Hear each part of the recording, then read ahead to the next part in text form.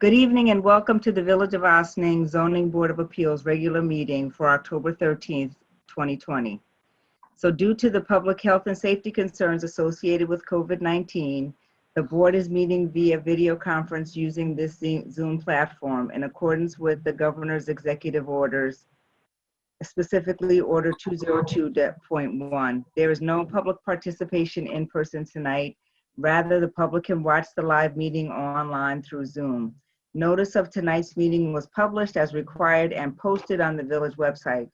The web notice included instructions for members of the public to access the meeting and participate in any public hearings. Comments will only be taken during the public hearing portions of the meeting as usual. In order to participate, please do the following. Members of the public attending online via the Zoom app may use the raised hand feature at the appropriate time if you would like to make a comment. The feature is located at the bottom of the screen. Those attending via telephone can press *9. The meeting host will see your hand is raised or that you have pressed the *9 button and will unmute those waiting one at a time so that you can speak. Lastly, comments can be emailed during the meeting to jmartinez@villageofossining.org. That's JMartinez@villageofossining.org. Any written comments will be read into the record. Please note that tonight's meeting is being recorded and a video and transcript will be provided at a later date. Some ground rules. In order to keep this meeting orderly and ensure we get a clear recording, please follow these ground rules. When you are given access to speak, please state your name and address. If you are speaking during the public hearing, please limit your comments to the matter which is the subject of the hearing. If any speaker is inappropriate, they will be George, if you could please press the mute button on your phone. Just put it on speaker and then press the mute button. And then when you're ready to talk, you can take it on mute. Wait a minute. Board members. On my phone, I don't know where the mute button is. To the board members, please mute yourselves when you are not speaking. To the board members, I will call on you one at a time to speak to avoid everyone speaking at once. If you wish to speak at any time when I am not calling on you, you may also use the raised hand function or literally raise your hand. I will see you and call on you. We will use roll call voting for purposes of all board motions. This is to ensure that the record is clear. Thanks to everyone for their patience, especially tonight. We had a few glitches as we all navigate and negotiate this way of doing things. For the benefit of the record, we're going to do a roll call vote to kick things off. When I say your name, please indicate that you are present. Marlene Cheatham, Chair, present. George Bailing. George Bailey is talking through my phone, and he's able to hear everything, and he can talk through my phone, but he's just gonna be coming through me. But he's right there. You can give a thumbs up if you. I saw it. Present. Antonio C. Martinez. Present. Kevin Griffith. Present. Bob DeRio. Present. And also present is our alternate, Nina Aaron. Present. Joseph Agostinelli. I said it right the first time. Present. Jaime Martinez. Sorry, I almost said Jamie. Present. Jamie Kane. Present. And Amanda Brossley, our village land use attorney. Present. So to start off with today's meeting, up first is ZBA 2119, Birch Brook Manor. Is there anyone here to speak on this? We have Dan Patrick here. Hi, Mr. Patrick. Good evening. Thank you very much. For the record, my name is Daniel Patrick. Can the board hear me all right? Yes. Fantastic. As you indicated, I'm here on behalf of Birch Brook Manor Incorporated, the applicant. I'm joined this evening by Paul Sysak of JMC as well. I don't know if he can be elevated to participate in this. We are requesting a second 6-month extension of the area variance relief that was granted by this board back in October of 2019. This extension is being requested to allow the applicant to continue its review before the planning board for final subdivision approval for the proposed 5 townhouse development at 81-89 South Highland Avenue. If the board would like me to give a bit more of a background and summary, I'm happy to do so. Otherwise, we're here to answer any questions. And like I said, we're requesting the second 6-month extension. There's been a number of delays due to COVID since we last appeared before this board in March. So we're hopeful that this board will grant a little additional time to allow us to continue working towards development.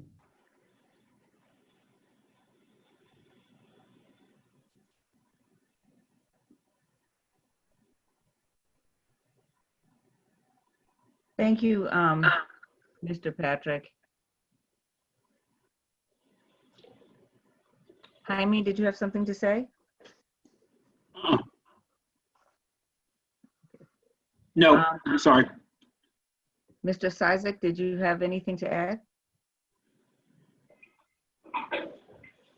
No, nothing at this moment. If anyone had any question, we can try to answer them.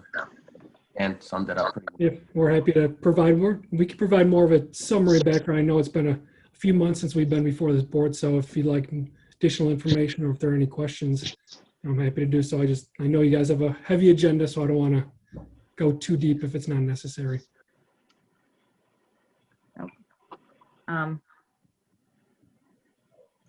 believe everybody on the board was here in March, so we do know that this is an extension of an area variance for a lot for the subdivision.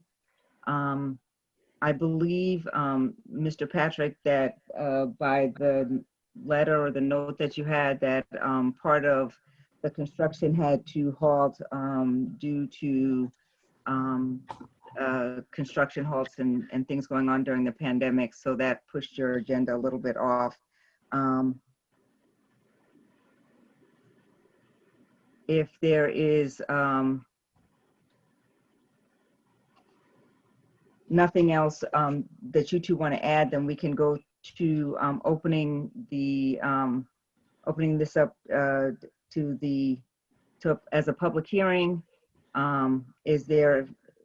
If there's no objection by the board, that by unanimous motion we would open this up. If there is no objection, this motion will be opened unanimously by the board to be adopted. Marlene, you would still do a first and a second and then do it by unanimous consent. Okay. How we've done it. Right. Okay. So may I have a motion to open the public hearing? I saw it. Second. I believe it was motioned by Antonio and seconded by Kevin. Oh, I'm sorry. By George and by Kevin. Okay. So if there is no objection by the board, the motion will be adopted as stated. Motion carried to open the public hearing. Is there anyone waiting to speak on this application? I have one question. Well, there's nobody in the public, and I'll check my email real fast. But George mentioned he has a question. I have one question. We put this off and put it off. Is this expected to be the last time we have to extend it? So I can respond to that. So this is the second extension request. Only the second extension. Yeah, and the initial extension request was only about a week or two after we actually got the site plan approval and preliminary subdivision approval. We've made some rather significant steps towards final subdivision approval since we last appeared. We're still working through the county review process, and we hope to have an application for final site plan approval or final subdivision approval before the planning board in the next few weeks. But given the state of the pandemic and basically the review process, things are taking longer than expected, so we can't guarantee it, but we are making significant steps towards, being able to pull a building permit for this application. So hopefully that answers Thank you. your question. There are no comments in my emails regarding this case.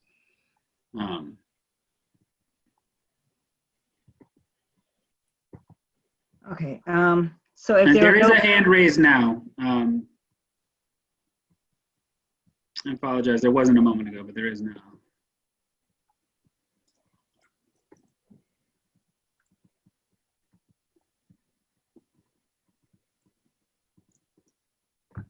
Okay. So we have a Robert Fritchie here to speak as a citizen. Mr. Fritchie? Yes, that is I. Can everybody hear me? Yes. Yes. My question, I guess, is going to go to you, Jaime, as far as the new or the future wetlands law that are going to be adopted. Does this affect existing projects that are already in the hopper, or would they have to adhere to this, or are they void from adhering to this new process? Amanda, do you want to tackle this question? This is maybe a legal question. The law is still being finalized, and I believe that there's a provision in the law that states that projects that have received final subdivision approval as of the date that the wetlands law is adopted will be quote unquote grandfathered. However, this application does not have final site plan approval, so it does not, as written, currently have. Subdivision. I'm sorry, was that? No, it doesn't have final subdivision approval yet. Okay, so all right. They haven't pulled the permit, correct? They can't yet. Exactly. Okay. Just curious. I want to know if they're grandfathered in, or do they have to adhere to the new wetlands? They are, to the last reading of it, they are not grandfathered. But if they were able to achieve their final plat plan, they would be at that point grandfathered in. So it's a question of whether they finish their process prior to the Board of Trustees finishing theirs. Okay. Thank you.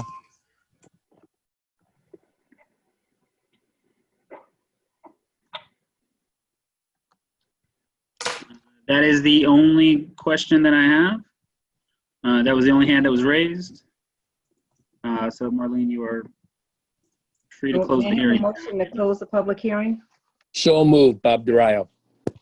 And may I have a second? So if there's no objection to close the public hearing by unanimous consent, the public hearing will be closed at this time. Are there any questions from the board? No. If there are no questions from the board, may I get a motion to approve the request from the applicant for an area variance extension for the lot at Birch Brook Manor, 8189 South Highland Avenue. Motion to approve. Seconded, Duraio. George, if you could mention your name when you make a comment, just for the record. Okay, I will. Sorry. So that was motion by George, seconded by Bob Duraio. Okay, this will be a roll call vote. yes. Marlene Cheatham, Aye. Kevin Griffith, Aye. Bob Duraio, Aye. Antonio Martinez, Aye. and George Bailing. Aye. Okay. Okay, motion carried, application request granted. Hopefully we won't have to see you in 6 months. Fingers crossed. Thank you very much. I appreciate it. Okay, all right. Thank you. Take care. Next on our agenda is ZBA 16-2020, 265 Spring Street. Rinaldi Realty Management is the owner.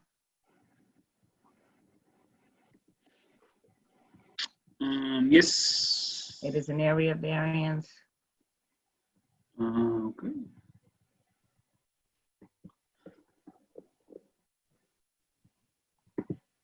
All right. So Rinaldi.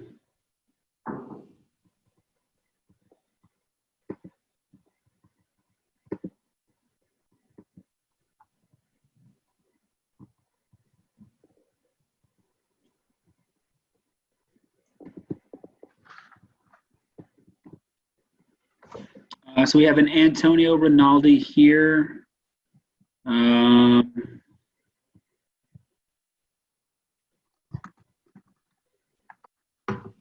Trying to see, do we have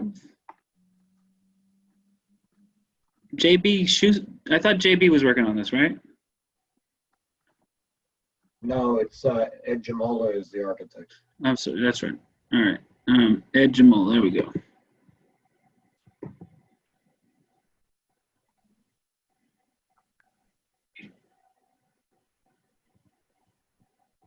All right, we have Ed Jamola and Antonio Rinaldi Jr.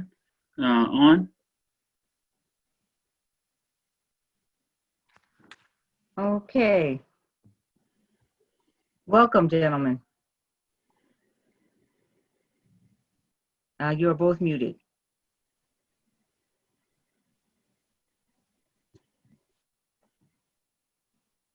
Antonio or Ed, you're both muted. Somebody needs to unmute.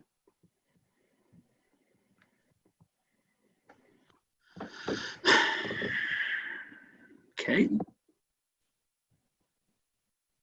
So this applicant is seeking an area variance for one side yard setback and combined side yard setbacks to construct a small rear yard addition.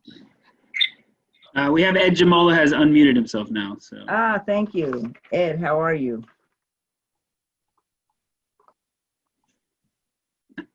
The mystery man. Never mind. Sorry about that. Antonio, can you hear me? We can't hear you. Ed, we can't hear you. Called it too soon. All right, so there's a lot of information on this application. I guess it's up to the board if you want to start to move forward. I can certainly try to fill in the details of the application while we wait for them to get adjusted. So let me pull up the agenda. So do we want to move?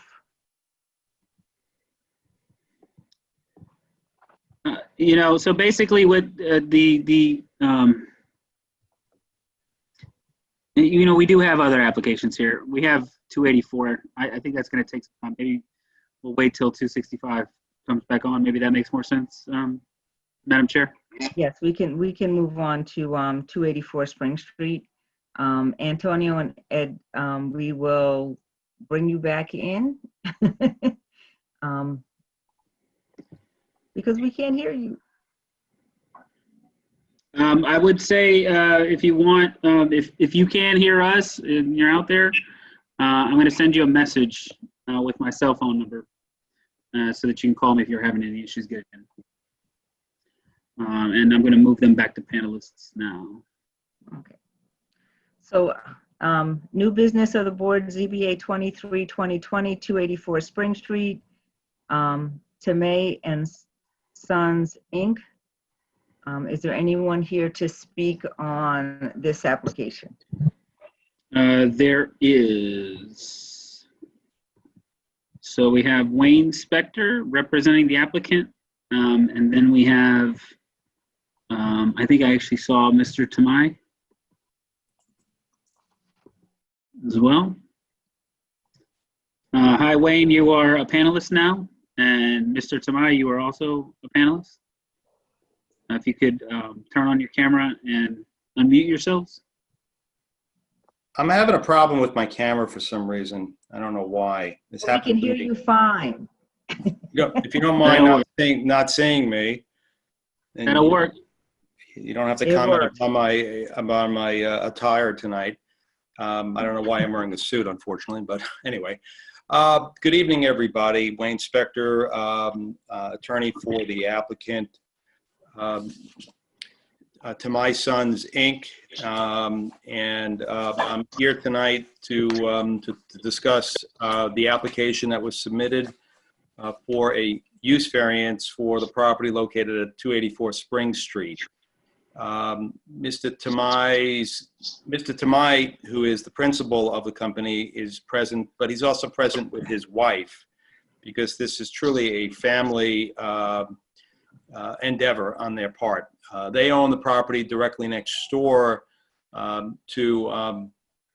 284 Spring Street, which they purchased at the very beginning of this year before, unfortunately, the pandemic hit.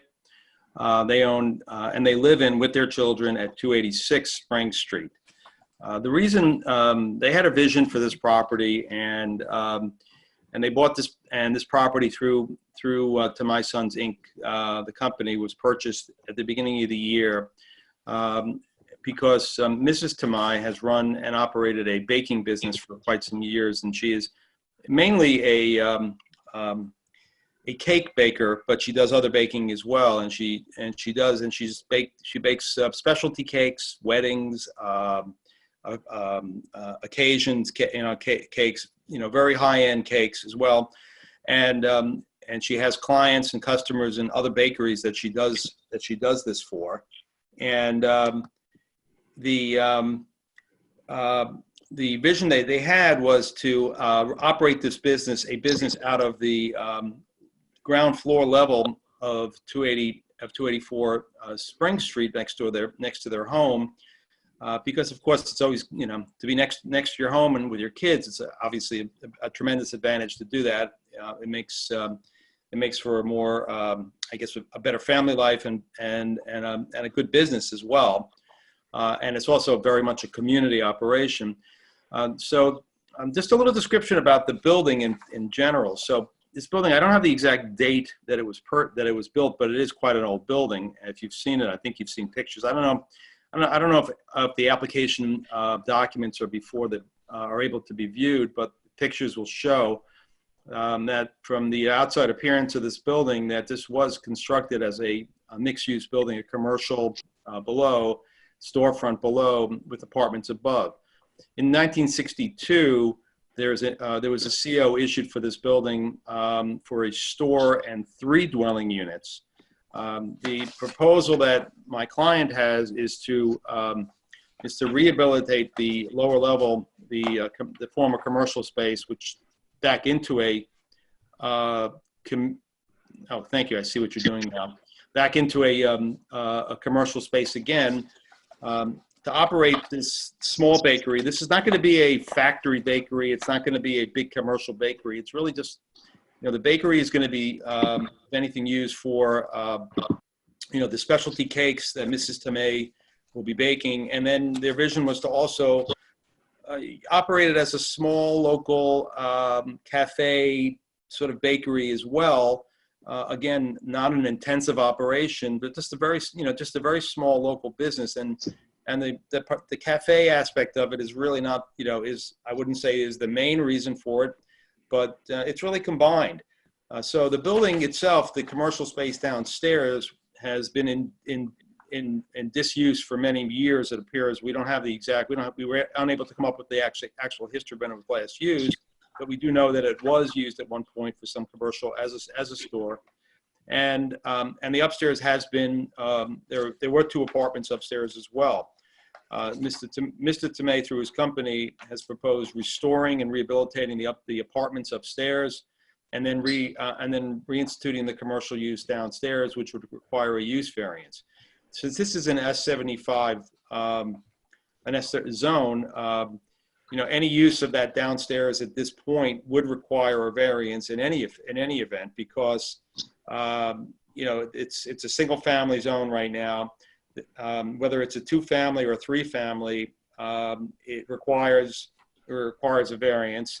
If the downstairs is used for any purpose at this point, it's our position, the applicant would have to come before this board because you can't expand a non-conforming use without a variance in any event. So my client, I have sat with him and gone over the requirements for a use variance and gone over numbers, and I've submitted documentation detailing what he spent for the building, which was $350,000 at the beginning of the year, how much money is intended, needs to be invested at this point. When we first met with this pre-meeting, we discussed the possibility of doing a physical expansion of the building in the rear, but at the suggestion of the professionals at the time, that request and that aspect of this application is being abandoned. So we're just intending to use the exact footprint of the building as it sits right now.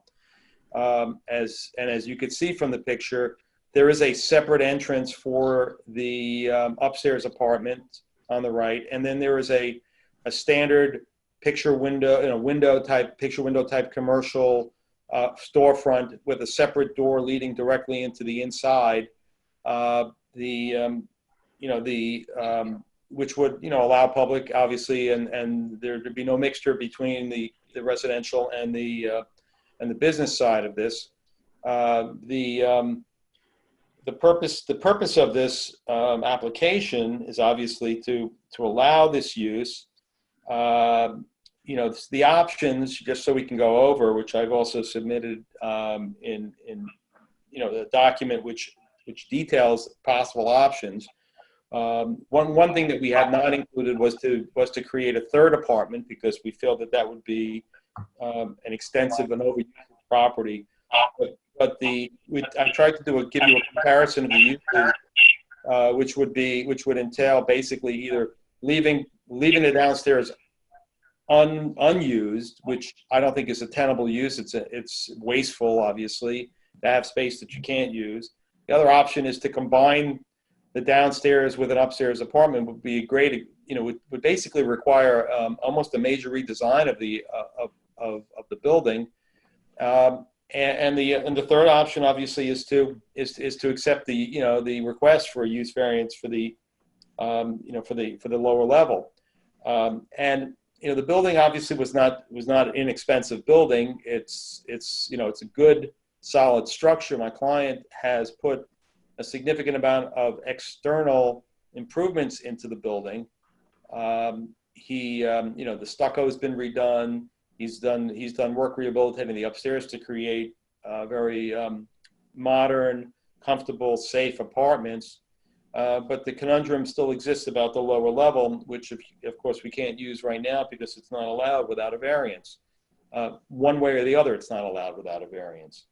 Either way, any way you look at it, according to our submissions and our analysis, this building is really not producing, given the expenses that we've shown in our submissions, and the estimated revenue, whether as for apartments or even as commercial. It's really not producing a significant and arguably any return. The only reason why it makes sense is because as an owner-occupied business, you use a different analysis in terms of value.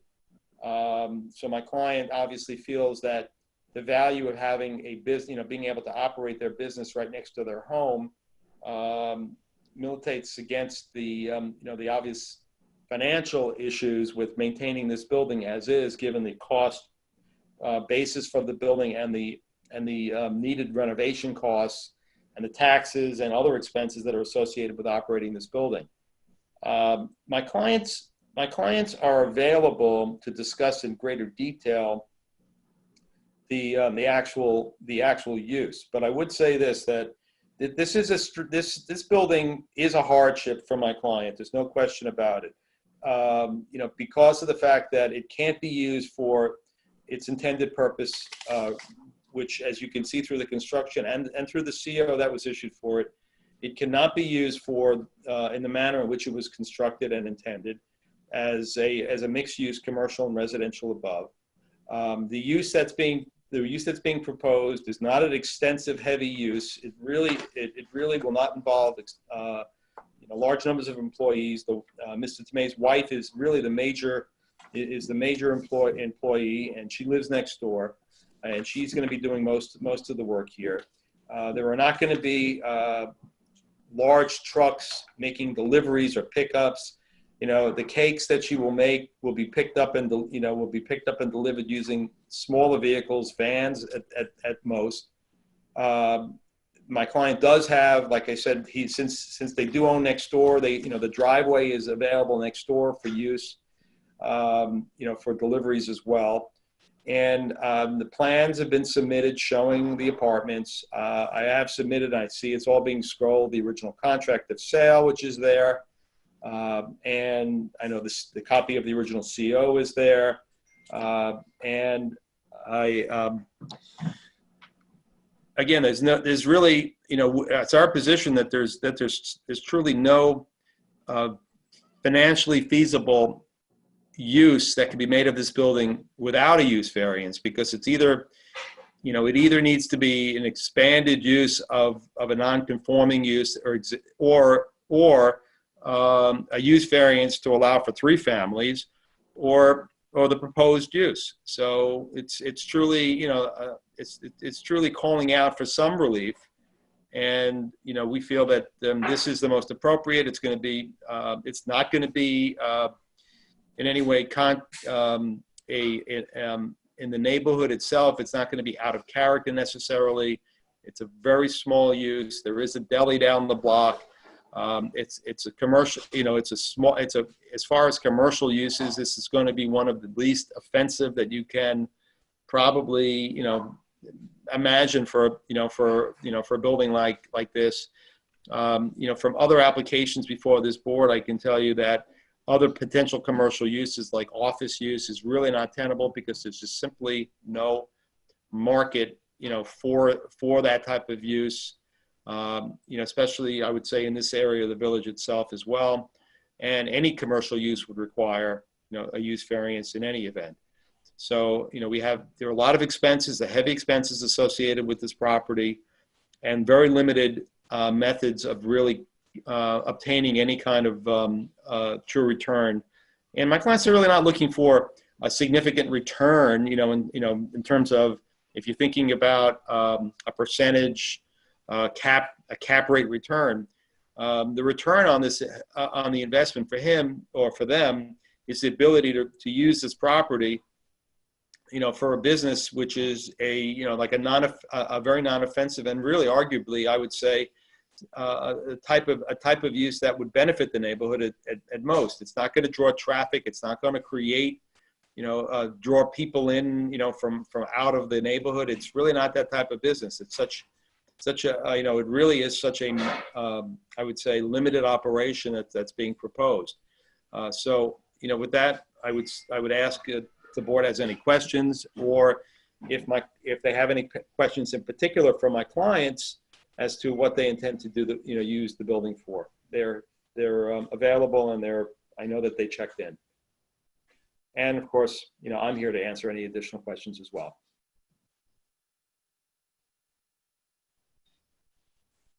Thank I have you. a question. Okay. Go ahead, Antonio. How long ago was that storefront used? Well, I think I mentioned before that, I tried to do some background research, and I really could not pin that down. I took a look at the photograph. I took a look at the property, also on Google Maps, and I see in the storefront, when you zoom in, the paint was blocking out the name. It was the name of the establishment or something. So it seems it's been quite a while, many decades, since it had some kind of business purpose. I would take it. Would that be fair to say? Well, I can't refute that. I certainly can't. Can I jump in?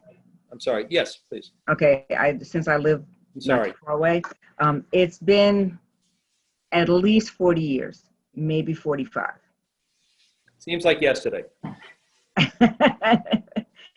I can just tell you that, you know, when we were in school, we used to walk to there. It was a little store. So yes, but it's been at least 45 years since that store closed down. Yes. You know, we're not here to say that, you know, it was, you know, within in the recent past, but we, you know, I also tried through whatever methods I could find to find, you know, a business or any address, you know, any business that had operated, and I couldn't find it. I mean, we're here, but the other thing about it is when you go into the downstairs, you could also see that it hasn't been used for anything else.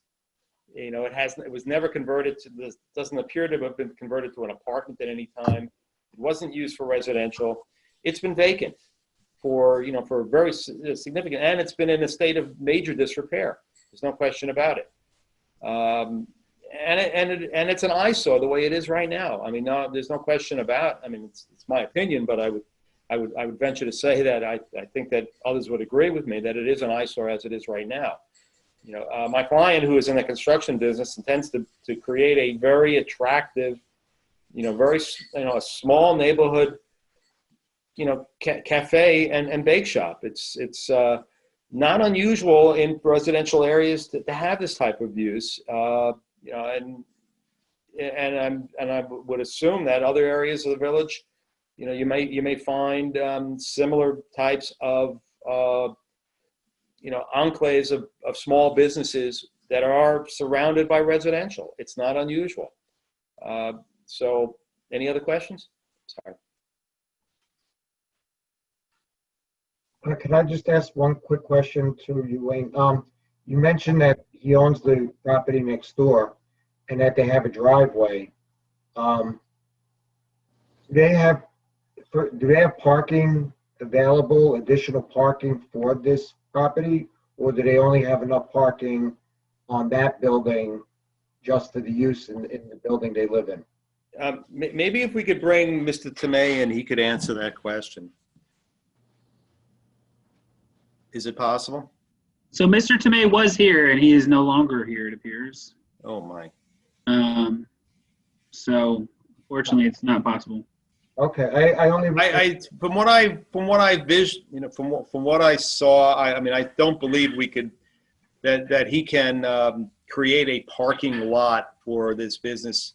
The only use I think it can be put to is, like I said, either delivery trucks or, you know, any type of, you know, similar type of use, so that there's no, you're not going to have trucks coming by, but you're not going to have trucks coming by anyway, because it's just not that type of business where you're going to see large deliveries either coming or going from this property. I would have to venture to say that the majority of the customers who are going to come in and out of this business are going to be walkers or pedestrians who live nearby, who want to grab a cup of coffee, maybe a pastry.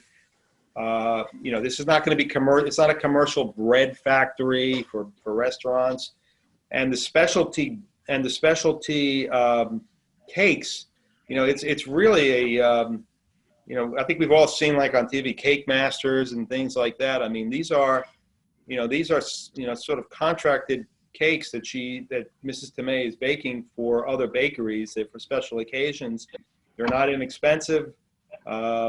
And hopefully people return to hosting large occasions where these cakes are actually in need. But right now she anticipates that's going to be the case. So it's really, you know, there's two aspects to the business, and the cafe aspect of it is, you know, there's not going to be, you know, there's unlikely to be any large gatherings of people in this. It's not enough room to have any kind of meetings, gatherings, or anything like that. It's people just basically, mostly pedestrians, just stopping in, getting what they want, and leaving, and that's it. So I just asked that question because you had just mentioned that you had a driveway. Yes. That, you know, the vans and stuff could be there. I thought maybe what you were saying was there was additional space for the vehicles that, you know, such as vans and so forth. No. There was space to accommodate that. That's all. No, beyond that, very, you know, specified uses. It's unlike, no, it's not going to be for customers. No. We do have a question in the chat, and we have a hand raised. The public I see hearing a note. isn't opened yet. I see a note that Mr. Tamay is trying to log back in again. Do you see him? I do not.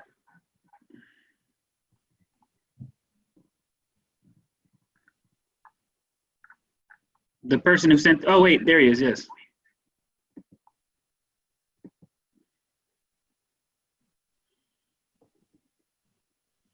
Mr. Tamay, you're in?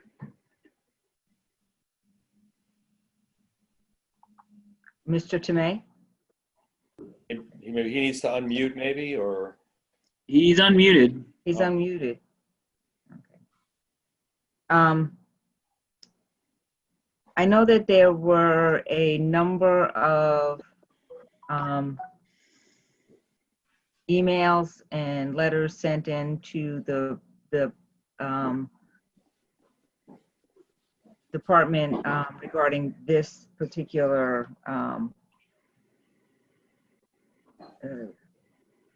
application. So if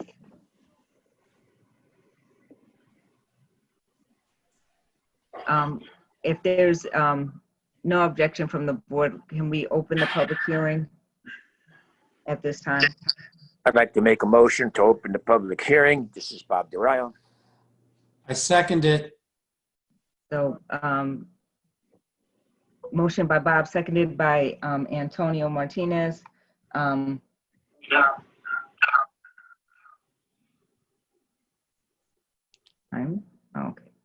And I ask unanimous consent that we proceed to public.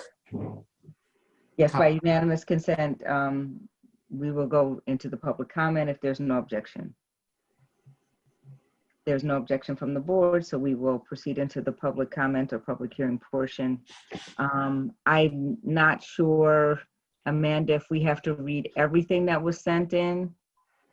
So just for basically, just want to check that all the board members received the written comments we received earlier today, and prior to that, everybody received those. May I just make a comment about some of the submissions, if it's possible? Can I just make sure that the board received the written comments? I'm sorry.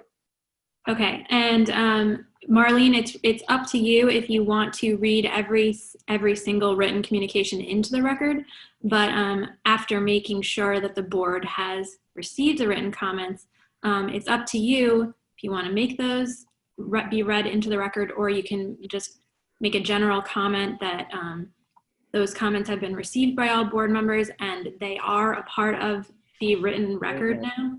Madam Chair, I ask that the reading of the comments be waived and that the comments submitted be entered into the record.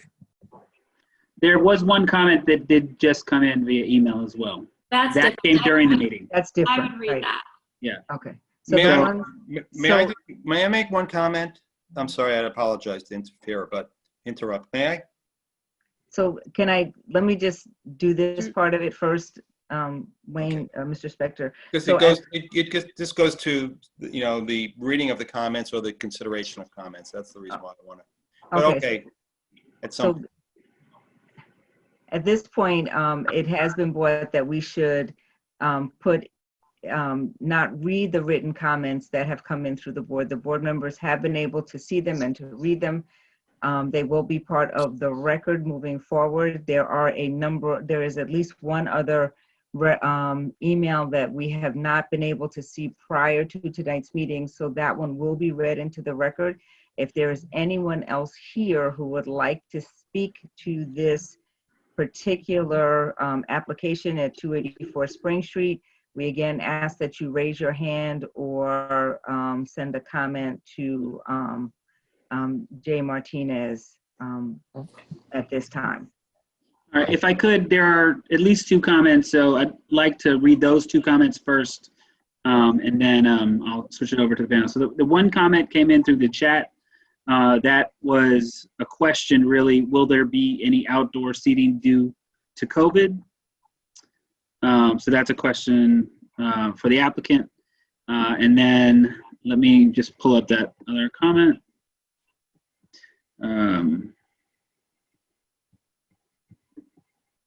So this comment came in from Sarah Fiorillo, and it says, members of Zoning Board of Appeals, as a neighbor of 284 Spring Street, Ossining, New York, 10562, I feel it is unnecessary to have another cafe in the neighborhood, especially when there isn't any reserved parking for its potential patrons. The street is busy enough with barely any parking for its residents. I'd also like to bring to your attention that there are many children in the neighborhood that ride their bikes and play on the sidewalk. Keeping the traffic down is essential for them, otherwise where they have space to play. Where will they have space to play? I hope that you take this into consideration, concerned resident. And there was an email that did come in a little later today, and I just wanted to verify. That was an email from Dan Remmer, representing Concerned Citizens. That email went out today at about 6:07, so I wanted to just see if the board had received that particular memo. I have not. Can we read it? Dan is actually here tonight. Okay. I don't know that we can read his entire 3-page letter. Yeah, it was rather lengthy. It was very long, yeah. May but I I be do on want Dan's to- letter? May I? But I do want to also bring in Jaime. There is another comment in the chat box saying that our concern is the parking. They have 2 apartments and they do not have a driveway, and there isn't parking on the street as is. Yes, and that is from, let me just see who that's from. Rosie Dennis? Yes, Rosie Dennis.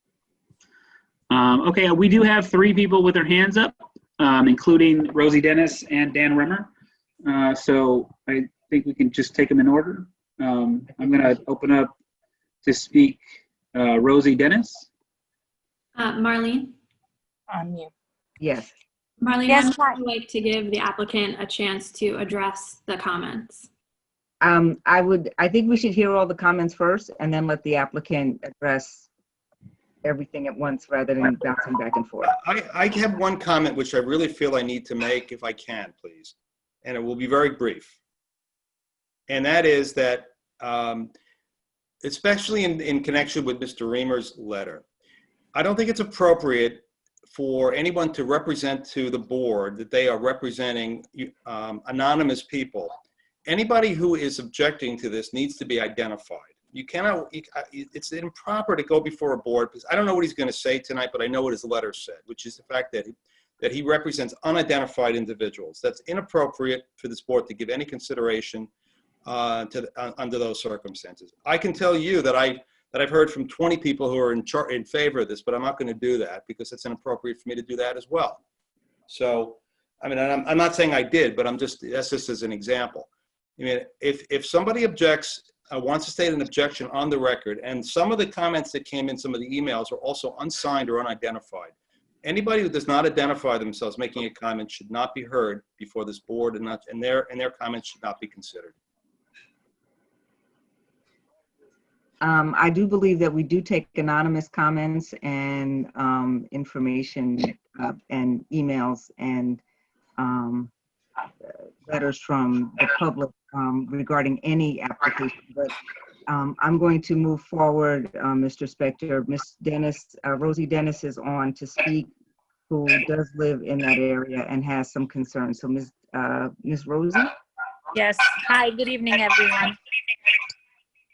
My concern is we live in the area, and I actually know the person who moved out of that house, and I know there's an apartment downstairs where they're saying that there's that they want to put the bakery in, and I know there's also 2 apartments upstairs, which is fine. But my biggest concern, I apologize.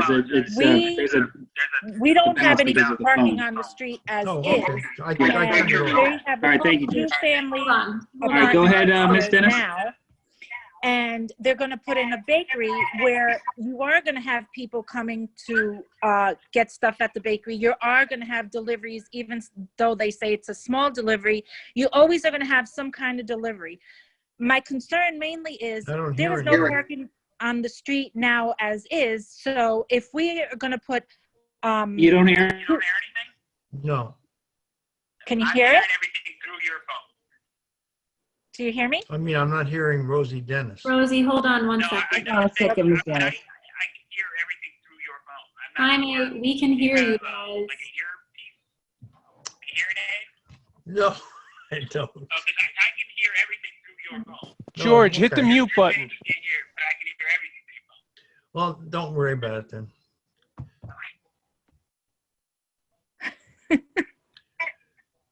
Go ahead. Okay, I can go? No, Okay. no, not So- yet. Okay, All right. go now? Yeah, Jaime, stop. Okay, so those two apartments were vacant for a very long time. And I understand that he just bought the house and, you know, he's gonna rent the apartments. So right there you have two families who at least are gonna have 2 cars each for a husband and a wife. And if they have a son, a daughter, whatever, who drives, they're also gonna have an extra car there. So we're going from 2 to 3 to 4 cars, maybe. Then they want to put the bakery in, which is not a bad idea, but also the parking. People are going to come from all over the place, especially, you know, if it's good and whatever, and they say no deliveries. You're going to have deliveries eventually, you know, coming in, bringing stuff in, because they're not going to be going to the stores to have everything delivered all the time. And then also his parking lot, he does have a driveway there. And yes, okay, he can have a truck go there, whatever, but it's not, the main concern here is that we don't have parking on that street as is. People coming home at night from work and whatever, there is no parking on that street as is. People are walking from like, down like the park where, you know, Washington Avenue to get a parking spot, because the whole street is full of, you know, cars. So that's the main concern here, is how, you know, are we going to get, you know, another business there? Plus we have the deli down the street, which, you know, they also have, you know, cars and deliveries, and, you know, that's hard going through there in the morning also. Thank you. Thank you. Thank you. Thank you. Mr. Remar, is he on?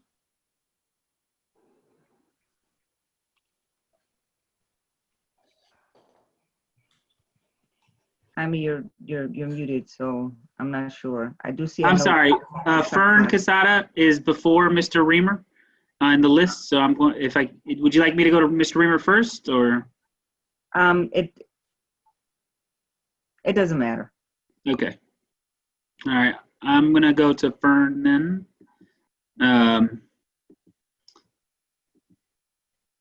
Fern Casada, please unmute yourself. Can you hear me? Yes. Okay. All right, so my name is Fern Casada. I live at 242 Spring Street. I'm on the opposite side of Southside Deli from where this property that would like to be converted into a business and apartments is located.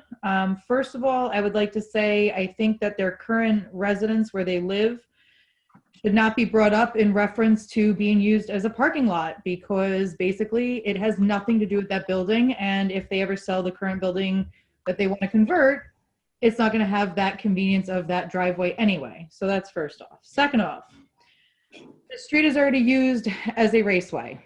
And if you go and you stand over by Southside Deli, people run the stop sign all the time. They're pulling in and out of there. And then you're going to add another business that is, and I know, Wayne, I appreciate your description, but any business is going to have daily traffic of more people in and out. The street is already too congested. There is no parking. There's none.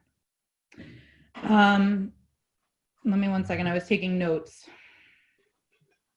The other thing is currently because of the COVID standards, are they going to be required to have seats outside, which will then block up the already narrow and poorly made sidewalks? I did see a parking lot. If you look on Google Maps, the property on the other side, you have their home, and then there's another property where there's cars parked. I don't know what that is. But is that the section that they're referring to as using as a parking space for trucks to back into? We already have a deli on the corner. It's super busy. They're fast, they're efficient, they're in walking distance to everybody. Do we really need another deli? Do we really need more business on this end of Spring Street? Is it going to turn into the other end of Spring Street by Main Street at some point where it's completely congested and overrun and people just coming in and out constantly? I really think that this is a bad decision. I'm sorry that you bought a building that you didn't do your research on, but it shouldn't be the community's issue for you to try to make a buck off of it. Convert it into 3 apartments, do whatever you're going to do, but don't add more businesses. It's just going to add more traffic. So, and you keep referring to community, but I live right here. And when I said hi to the guy in front of the building the other day and tried to ask him about what his plans were, he didn't want to talk to me. I am your community. So that was pretty irresponsible and stupid of you. And I think that's it. Yep. Thank you. Thank you, Ms. Casada. I do have, there's a couple questions in the chat box. I don't know if you can see them behind me. Crystal Radcliffe Everett has 2 things. First, her first statement is 282 Spring Street. I do not feel it will take away from the children having somewhere to play. Spring Street is a very dangerous street due to the speeding of many vehicles. Not only that, there are 2 parks with courts and fields for playing all kinds of sports and playgrounds for smaller children. I see no issue in a bakery next door to 282 Spring Street. Her other comment is if there will be no major deliveries and the businesses run during business hours, I'm guessing 8 a.m. to 4 p.m., there is plenty of parking during those hours. How will that be an issue?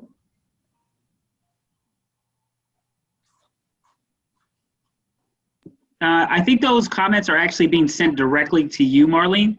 I've given the Q&A. So I would say if you have a comment, whoever's out there on the chat, send them to all panelists, if you could. It ended up being in the Q&A, so I don't. Okay. I just happened to see that. Yes. So at Mr. Reamer, is he next up to speak? Mr. Reamer is up next to speak. Okay.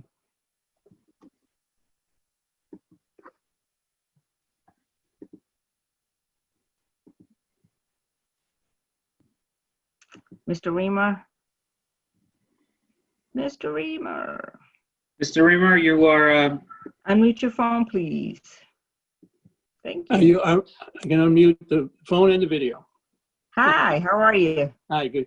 Madam Chairwoman, thank you for inviting me in.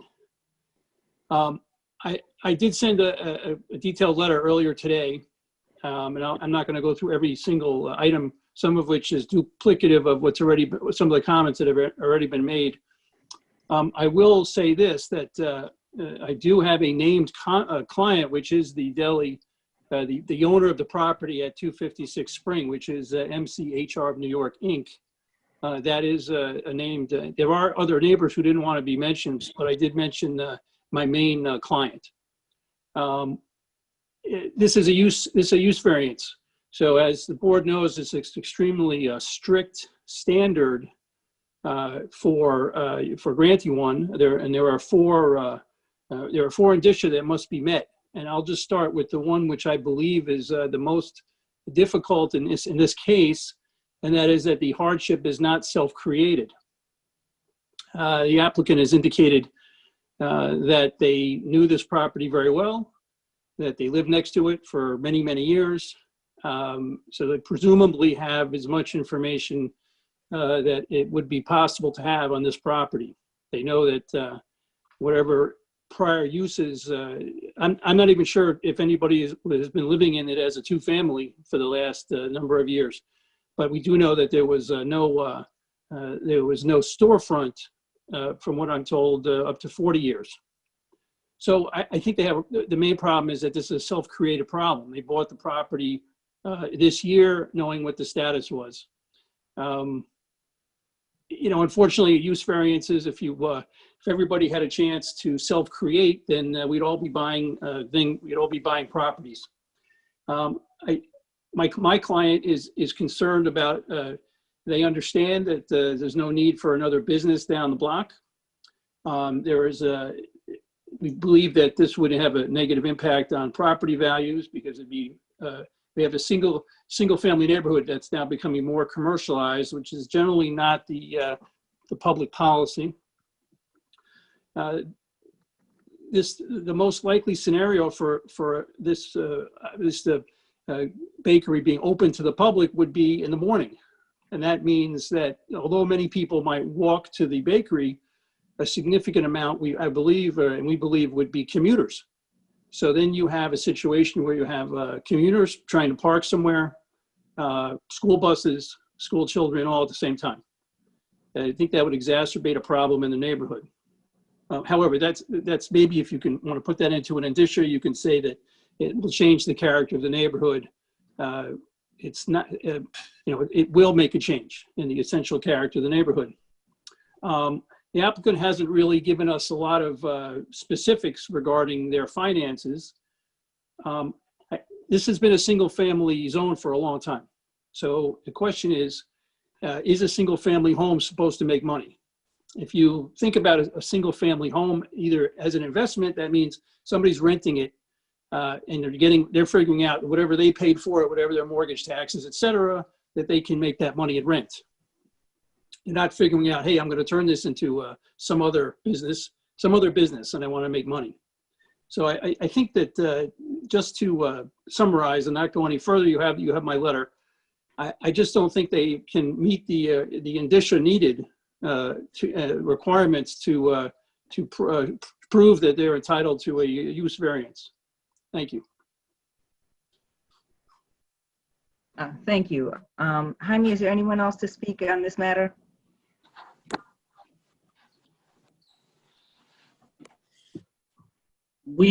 Crystal Radcliffe Everett did have her hand raised and then she lowered it. She obviously made comments, so I'm going to assume that she no longer, we do have somebody else, Ryan Goldrick. Ryan, you are able to speak now. Good evening, everyone. Can everyone hear me okay? Yes, Ryan. You can say your name and address for the record, please. This is Ryan Goldrick speaking, and I'm the owner of 266 Spring Street. And I don't have much to say, but I just want to say that I'm in support of the bakery going in on the ground floor there. And also the people before brought up a good point that the parking could be an issue, but there is, I know someone said that it's privately owned. There is that parking lot right next door. So I'm not sure if the current owner has reached out to the owner of that parking lot, but there could be some arrangement that could be worked out before seeking approval for that bakery. That would seem reasonable, I would think.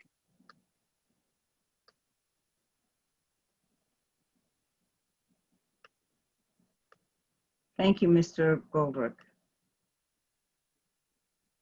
For the board's benefit, Joe Augustinelli and I spoke about the parking issue earlier today, and Joe might want to pipe in here, but this is a use in the S75 zone that doesn't have a parking calculation provided in the zoning tables.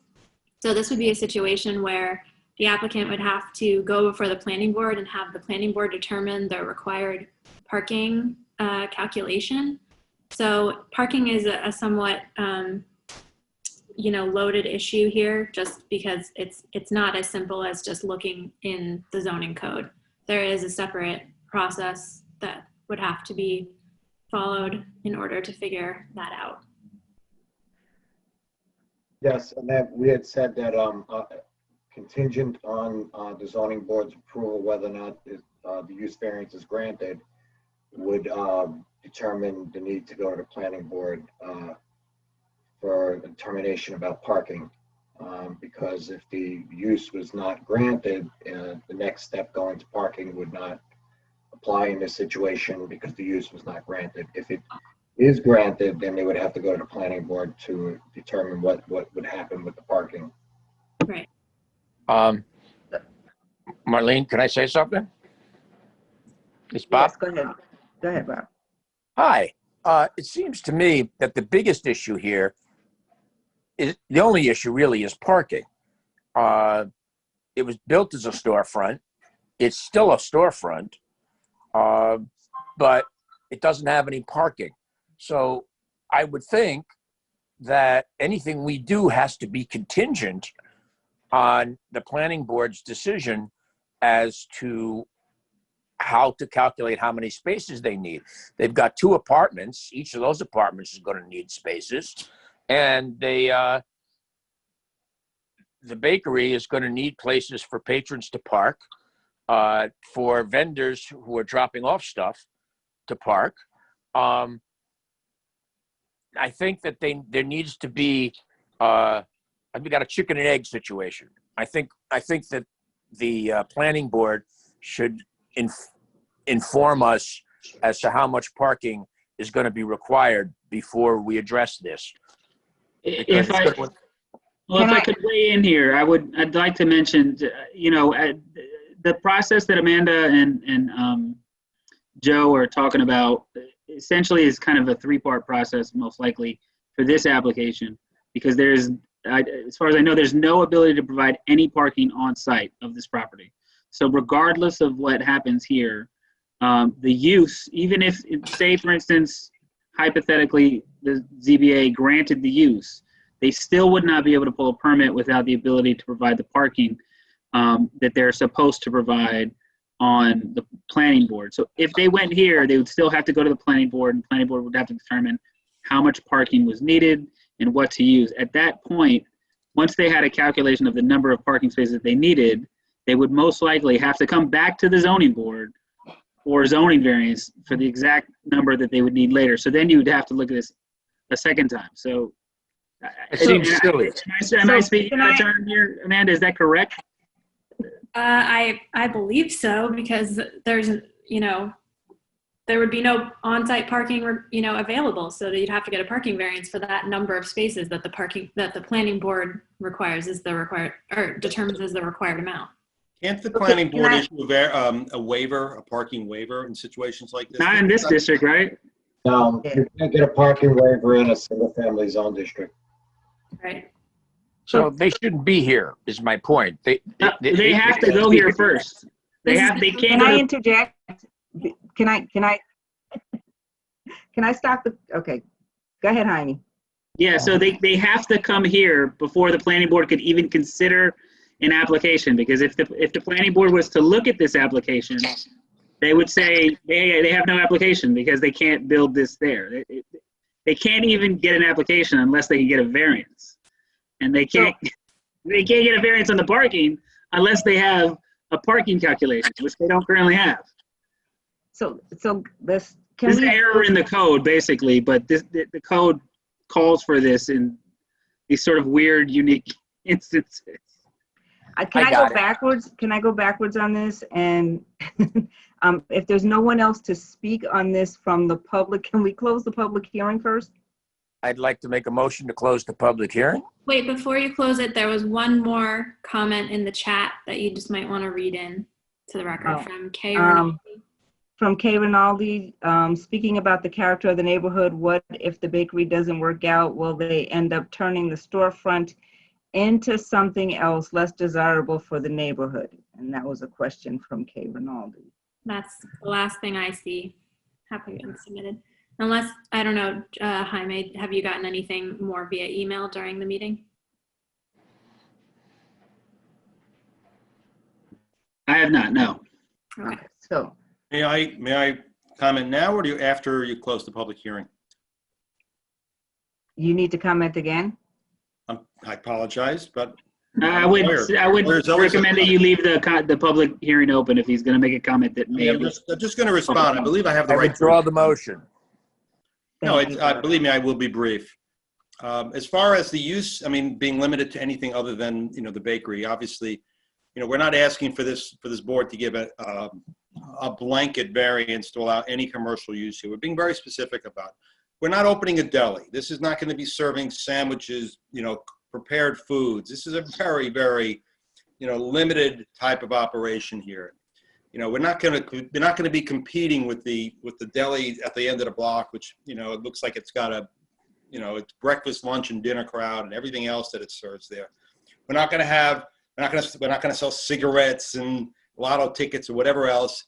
We're talking about a bakery. That's it.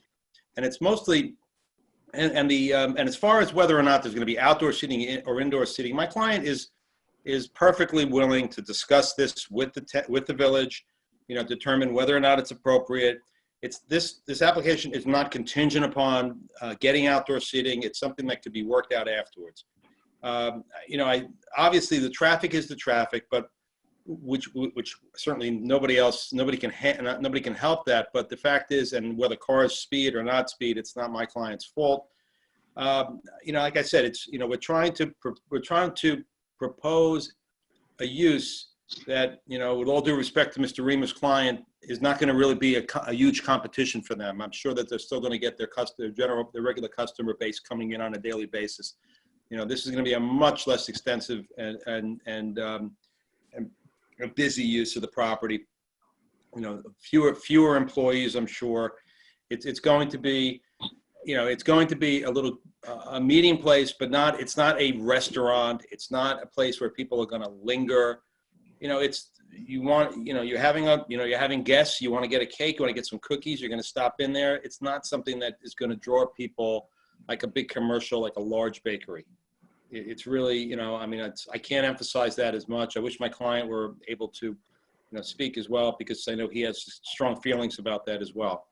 And as far as, whether this is going to be a stopping place for people, commuters, it's with the deli down the street that has parking. I honestly don't think that's going to happen, but that's me speaking. I think it's logic and it's common sense, given what's being proposed here and the extent of it, that it's not going to be, disturbing the neighborhood. If anything, it's going to make the neighborhood more attractive in our opinion. And that's it. I'm not going to say any more. I know you don't want me to speak anymore. We do now have another comment in the chat room from Crystal Radcliffe Everett. Hello, Miss Radcliffe Everett. You can speak if you could unmute yourself and then provide your name and address for the record. Hi, my name is Crystal Radcliffe Everett. I think I might have hit that by accident because I've already made my comment. Okay. Thank you. So if there is no one else to speak on this, either in the chat, then may I have a motion to close the public hearing? Can we actually, Marlene, can we have a motion to adjourn the public hearing, since I'm sure you're not going to be deciding this application tonight? Yeah. Yes, I'd like to make a motion to adjourn the public hearing. Bob DeRio. May I have a second? May I have a second? George Braylon has seconded. Okay. I Thank second. you, George. If there's no objection to adjourning the motion to adjourn the public hearing at this time, by unanimous consent, then we will adjourn the public hearing. So the motion will be carried. I do have to ask Amanda that since there is a number of different, looks like entities that will be involved with this, do we need to declare ourselves as lead agency on this particular application tonight? And then at that point, would we adjourn this to our next meeting? Yes, you need to declare yourselves lead agency, and since this property is located west of Route 9, this also needs to be referred to EAC. EAC. So we would need to do 2 motions for each of those.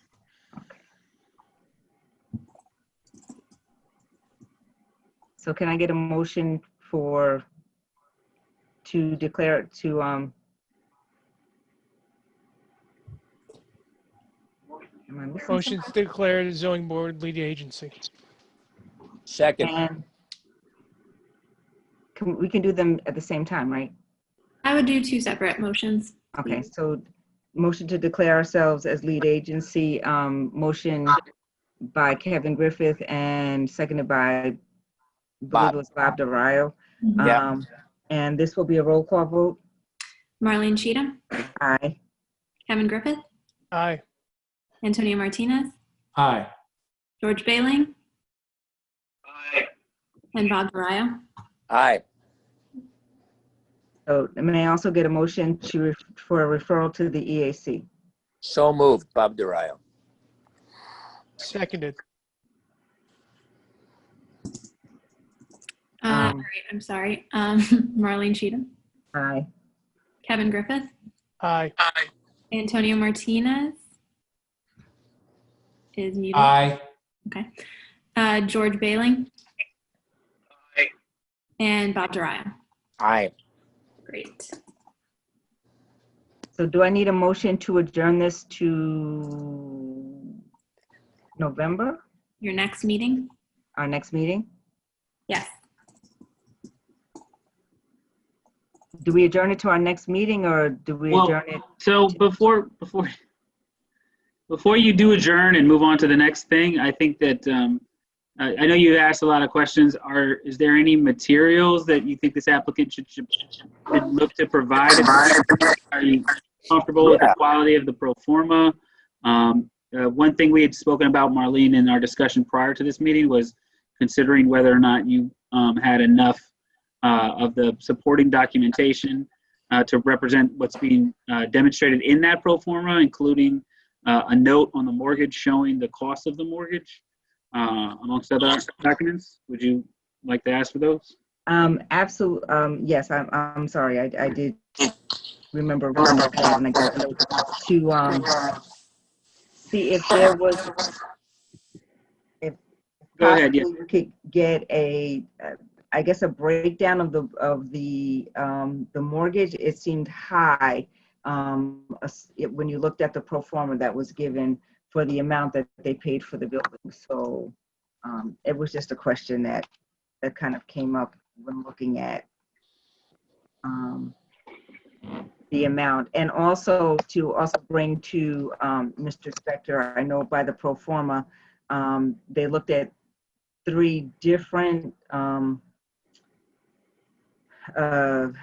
avenues of use for that building, whether it was a use variance for the bakery on the first floor or an area variance of taking the second floor apartment and enlarging the second floor down to the first floor. So I think if you could break that out a little better, I think that would help us also. Okay, thank you. I will do that. Thank you. I have a question for Amanda, if I may. To the point that someone raised about who's to say this couldn't end up being a different business. Mm-hmm. If a business is put there and then it closes, what is legally, would another business be able to go in there if it was within the accepted time period because a business had already been approved, or how would that work? Within the accepted time period, meaning there is a time. There is a time frame in the code. I think Joe probably knows it off the top of his head. That that I can't think of what I'm trying to say right now. That if you grant if the use was granted and say this business closed down, you would have, as long as there's not a 6-month time of lapse between the use, then you'd lose the nonconformity. So say he was in business for a year, the business closed down, it's vacant, the use is not going on, it passes 6 months, they would lose that use and have to apply for a new variance again. But if a new is established within that 6-month period, then it would be continued. Question then. So it could happen that the bakery closes and suddenly it's a bar. Would that also be contingent about the type of business? Yeah, that depends on the type of business. What he would be proposing right now is basically a retail store, because he's selling cakes. So if they continue that type of use, it would be considered the same use. But if you're talking about like a bar or something like that, that's a different use. That's not what would be approved as part of this use. But Joe, when it comes to a non-conforming use that's just been in existence, you know, from the time that the zoning was enacted versus an actual use variance, a use variance runs with the land, I believe. So it's a little different than what I was getting at with the 6-month lapsing. So a nonconformity would lapse if the use has not been active for 6 months. And I'm talking about like a non-conforming use that has just been like grandfathered in based on the zoning. But a use variance runs with the land, so it's on the land records. Well, they could vote and put a condition, right? To what?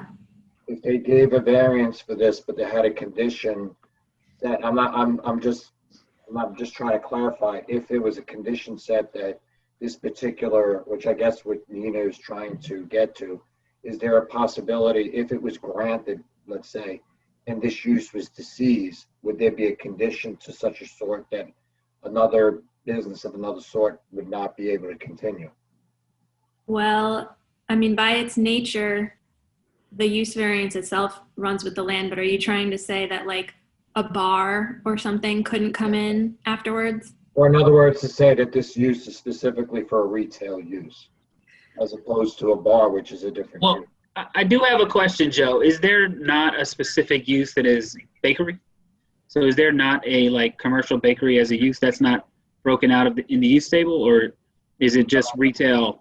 It's broken up as, in our zoning code, it's broken up as, it would be like retail or services. In this case, it's a retail because they're selling a product. Whereas we also have in the zoning code, the bar is a different use. You know, there's an office use, which is a little different. So they're listed in the zoning code as different types of uses. Okay. But I would that's kind of, I guess, what you would be saying is if they were granted this particular use, it would be used as a retail. It would be specific, yeah, to the retail. Come in and put in a bar, that's a different use, that's not permitted. Right. But this isn't what was granted. Well, they had mentioned the possibility of looking at outdoor dining and things of that nature, and that would not necessarily fall under retail either, correct? Well, the outdoor seating can be, you know, you can apply to the clerk's office for an outdoor seating for cafe, which would be for any places like restaurants or food service businesses. But with COVID-19 right now, there are regulations by the executive order as to distancing of tables and distancing to walkways. So if they propose to do that and they cannot meet any of those state regulations, they wouldn't be granted to do so, to have outdoor seating.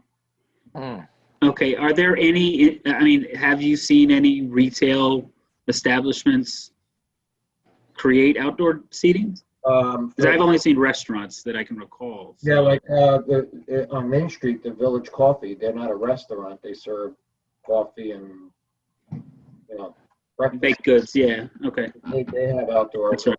and outdoor seating. Okay. Nina, does that answer your question? Yes, I think so. It's interesting, you know, what Amanda is saying, that it goes with the property. So it would mean then that this property would have the right to have a retail business, regardless of whether the bakery closes and is replaced by something, if I understood this correctly. That's right. So theoretically, even though the bakery doesn't currently compete with the property down the street, it could open back up as a retail use. So there is also a retail use on that property down the street, correct? The deli down the street is also considered retail use. Joe? That's correct. Well, yeah, they serve food they're a deli. They're kind of a deli grocery. So they do serve food that they cook there, but they also are a retail. Okay.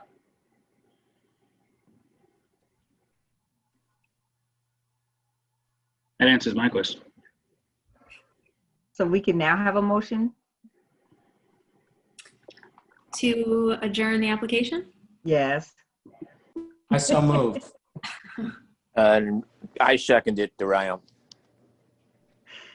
Do we have a roll call vote? Yes. Marlene Cheatham, Aye.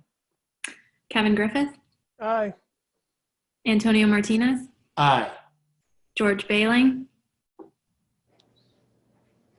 That looked like a yes. Can we do it again? Go ahead, George. Say Yeah, can you hear me? yes. Hi. Okay. Aye. And Bob Dariah. Yeah, aye. Okay. Okay.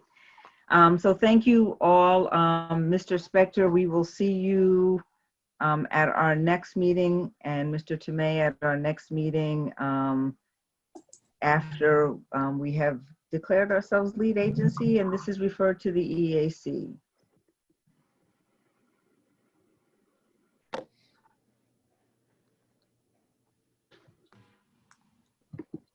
Are we going back to ZBA 16-2020, Rinaldi Realty? Yes, so I did get a call from Mr. Jamola. So he should be able to log on now.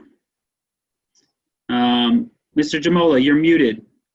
Take yourself off mute.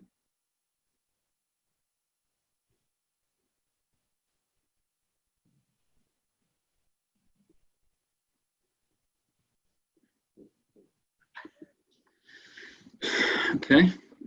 Mr. Jamola? Okay, there you are. That do it or? Now That you does did. it. All right, we have a K Rinaldi here as well. K Rinaldi, are you here as part of this application? If you could unmute yourself.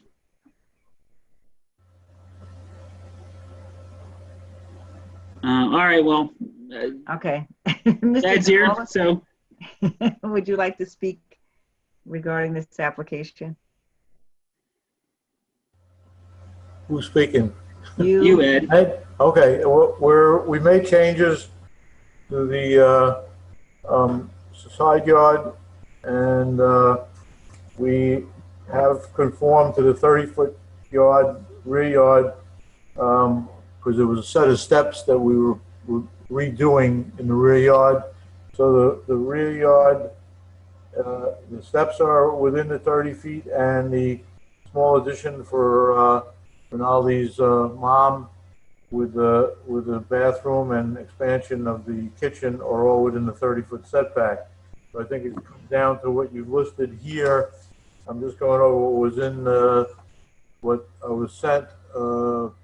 Applicant seeking area variance, well, one side yard setback and a combined side yard setback reads for a small rear yard addition. So I'm not sure what that is, but the side yards, we're within the side yard variance. We never changed that, which is up towards Spring Street, which I believe is the 5'6" dimension, the side yard, and that's to the property to the north, which is also owned by Rinaldi Management. And as far as I know, the combined you're saying that there's a combined rear yard. I wasn't sure of what that was in terms of, I know about the side yard, but the combined yard, side yard, and is that considered adding on what is a front yard? Are they using that? Because it has two fronts. It has front on Acker Avenue and it's a front yard on Spring. So I know we're not in violation of the front yard setback on Spring, and I didn't believe we were in a variance for the front yard on Acker. So I'm a little confused with that. So maybe somebody can enlighten that. I think with the changes we've made, I believe we're in conformance with what was the comments were for the last, missing the last meeting.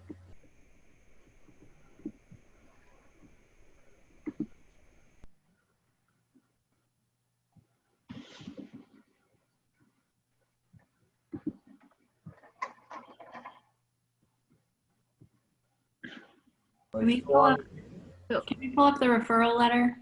Yeah, I was gonna.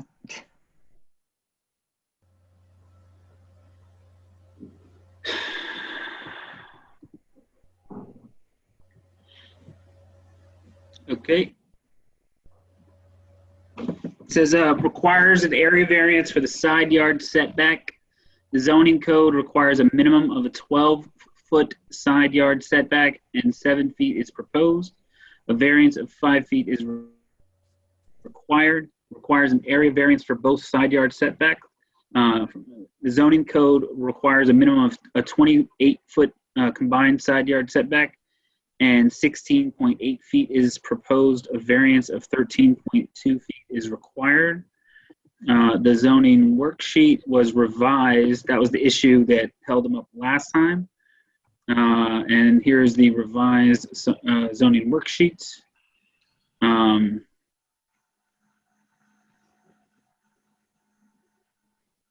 Let's just go back to that.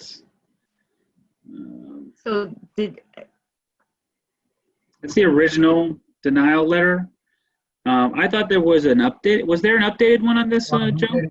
He did a revised worksheet. Is that the one? Is that the revised worksheet? 9/18/20, yes, where your cursor was. Yeah, that's this one right here. This is the revised worksheet. Yes. Yes. I believe I don't have an applicant signature date that would have helped to verify that, but Yeah, Louis signed another one, which I'm not sure why he signed. The other one was signed, and I have it here, but he didn't sign this one. There was one that was signed previously, but we changed that, so I'm not sure why Louis signed. He had both. The new one was supposed to be signed. I'm looking at it now, and he didn't sign it. I left everything with him at his office. So I'm not sure why he didn't sign that one, the revised one.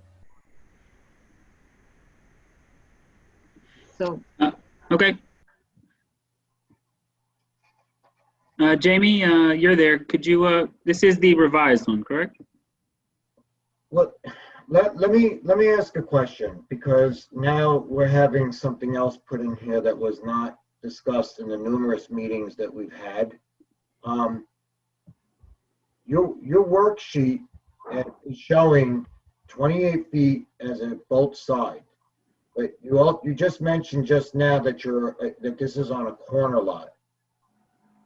If this is on a corner lot, then your entire work, what you're putting there in your worksheet and what you're putting on your plans, is not indicative of the lot then. go to, yeah, that. We never went any further to Acker, and we never went any further to, that's unchanged. Right. So, I mean, if it's wrong, then it was existing non-conforming, I guess. Okay, It hasn't been brought up. Hold on to that page. There's a worksheet up. Look at the top where it's bubbled in. Can you that zoning tabulation up at the top? Yeah, give me a second. Right, that was yeah, I see that.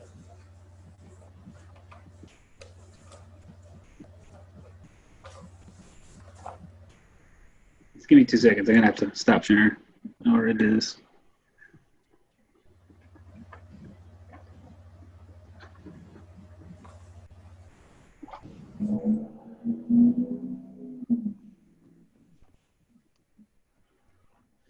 So Joe, are you saying that if this is on a corner lot that the area variance tabulations are different? Yes, because if you're on a corner lot, you have 2 front yards, 1 side yard, and 1 rear yard. Right. All the paperwork that's submitted, and on his tabulation there, he's writing that there's a both side yard. So he's not referencing this property as a corner lot, which has different regulations. You have to meet the setbacks to 2 front yards. And we've had a number of discussions in the past about this, but this is the first I'm listening to it being on a corner. And you see it says side yard bulk 28, existing 12, whatever he's writing 12 feet 8 inches, and then he's saying proposed 19.6. But now I'm listening, unless what he's indicating is incorrect. He's saying there's 2 front yards.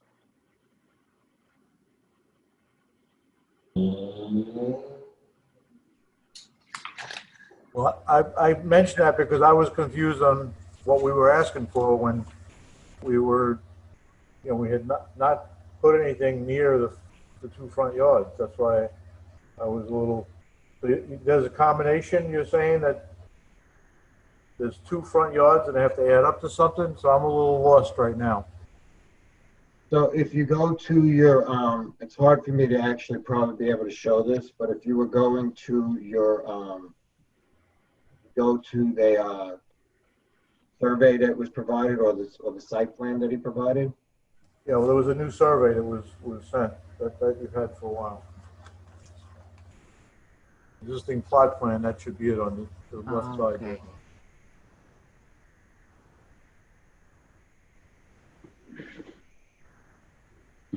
So in essence, then the lot that's the front yard there facing spring is 1 front yard. And if this survey is indicating that that other side yard where to the left is actually a corner and that's accurate, that's a second front yard. Right. So therefore, in this case, the only thing that would be required is the side yard setback and not a both side setback, because there is no both sides. There's only 1 side. Yes, I agree with that. Okay, so I just want to check and make sure that we are, the reason we had to come back on this is because the notice didn't convey the extent of the variance that was required. And so if there isn't a combined side yard setback anymore, then that notice is irrelevant. So the only setback that matters is the single side yard setback.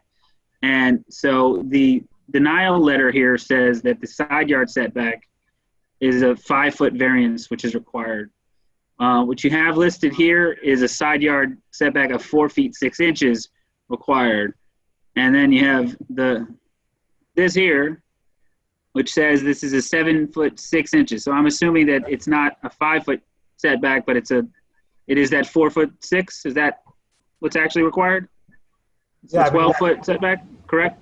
If you look at the existing survey, it was always 7 feet to the corner of the house. That was the setback. Yeah, it's 7 feet 6 listed here, though, is what I'm saying. And this is accurate, correct, Joe? Well, see, this is not the updated one, because the survey that's on the corner of the house that he's talking about is saying that it's 7 feet, correct? Mm-hmm. I think I have what is an updated survey here, so let me just pull that up. So it's 5.5 up there. It says 7 feet here on this survey. So that means that you have to get a variance for that difference, which would be 5 feet. Which would be 5 feet. Which we discussed when we had our last meeting, that this was the survey we were going by, and that you needed to have the variance between the difference of 12 and 7 feet. And I'm sure there was a worksheet that was brought in, what you're seeing on that survey. All right, so the worksheet that I'm looking at looks to be maybe not the most up-to-date worksheet. Jamie, do you have a copy of that most up-to-date worksheet by any chance? I'd have to look for it. I don't have it available at the moment. You don't have, is there any way you can access it from your email and email it to me so that, I think it might have just been an instance of the wrong one is here. I can take a look.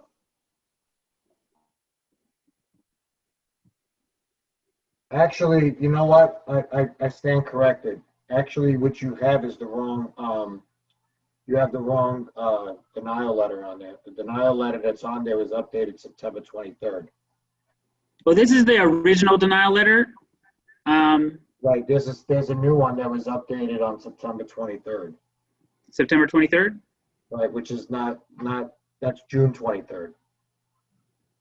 Yeah, so this, can you email me that? Are you able to email that to me? I can't do it at this. I just want to verify that they noticed the correct thing based off of the information that No, it was is. sent to. What they noticed on that worksheet is correct. The referral letter was based on his updated plan that he put for 4'6". That's Yeah, if we could just get that, I just want to make sure that the board has a clear path to being able to make a decision on this, because I know that we spent a lot of time making sure that we got this right, and I just. Right. He gave us an updated one that you showed on that site plan of 4'6". And we did a referral letter on September 23rd based on the updated data that he gave us on that setback. And the one on September 23rd that I wrote says minimum requirement of 12 feet, 7.5 feet is proposed, a variance for 4.5 feet is required.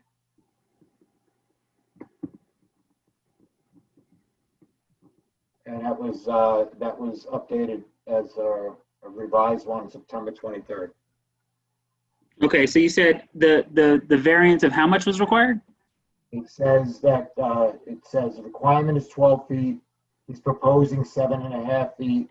The variance for 4.5 feet is required. Okay, and that's what's listed on their plans. Yes. And Jamie Kane, can you please just clarify that is what's listed on the notification, correct? I don't have the notification here. I couldn't tell you right now. But if the notification is either 4.5 feet or 5 feet, if what was notified was more, then right. makes We should be sense, asking for right? less. Yeah. If the notification was more, then we're fine. Then we're fine.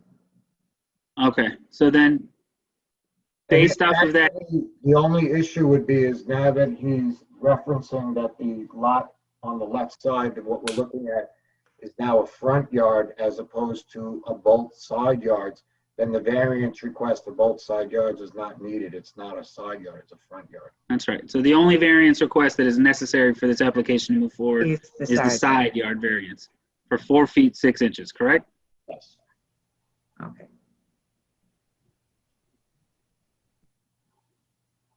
That's clear. Thank you. Which Amanda, if you could just clarify the fact that whether or not they noticed one side yard and a both side yard, and now they're only requesting a variance for one of the two, that wouldn't affect the board to be able to take a vote because it's reducing the required amount of variance. Correct? Right. Yes, I think it's fine. There are less variances, less impacts, so it's acceptable. I think it's acceptable. Okay. So at this point, may I have a motion to open the public hearing? I so moved. Bob seconds it. If there's no objection, the motion to open the public hearing will be adopted. So by unanimous consent, the motion will be adopted to open the public hearing. Is there anyone here, Jaime, to speak on this particular application, 265 Spring? There's not. Okay, if there is no one to speak on this, may I have a motion to close the public hearing? So moved, Bob Durayo. Is there a second? Second, Martinez. Okay, so by unanimous consent, if there is no objection, the motion to close the public hearing will be adopted. Motion carried. So this is an area variance for one side yard. Mm-hmm. Are we doing the 5 foot or the 4 feet 6 inch side yard? 4.6, 4 feet 6. Okay. I think. Yes, 4 foot 6. I don't know if it makes more sense to go with the 5. Does it matter? It's a half of. It wouldn't matter. If you want to give them 5 foot variance, so be it, because when this is constructed, they will have to provide an as-built survey to make sure it's within 5 feet. Okay, so I think it makes it cleaner to me to do the 5 feet. So we need a motion to approve a 5 foot. No. No, we have to go through the. Oh, the things, yeah. Sorry, I'm so sorry. But I'm got excited. asking if we're going through this, that if we're going to give the area variance, that we give it for the 5 feet. I just, I don't know that you've ever, that when I've been here, done that before, given an extra, Only because I think at some places it said 5 feet, and in some places it said 4 feet 6 inches, and just to make it clean and clear, because it was, and I don't know, Joe, you can kind of tell me. I saw one place they needed a 7 foot 7. They were doing 7 feet, and then it was 7.5. So I think at the end of the day, the issue was, the confusion was they originally thought that they had to use a setback off of some landscaping staircases that they were going to construct, and landscaping staircases are not considered a structure as part of the house. So the number they were requesting originally was incorrect. When they got that straight, and they had an original survey that came in that showed the distance from the house the way it is now.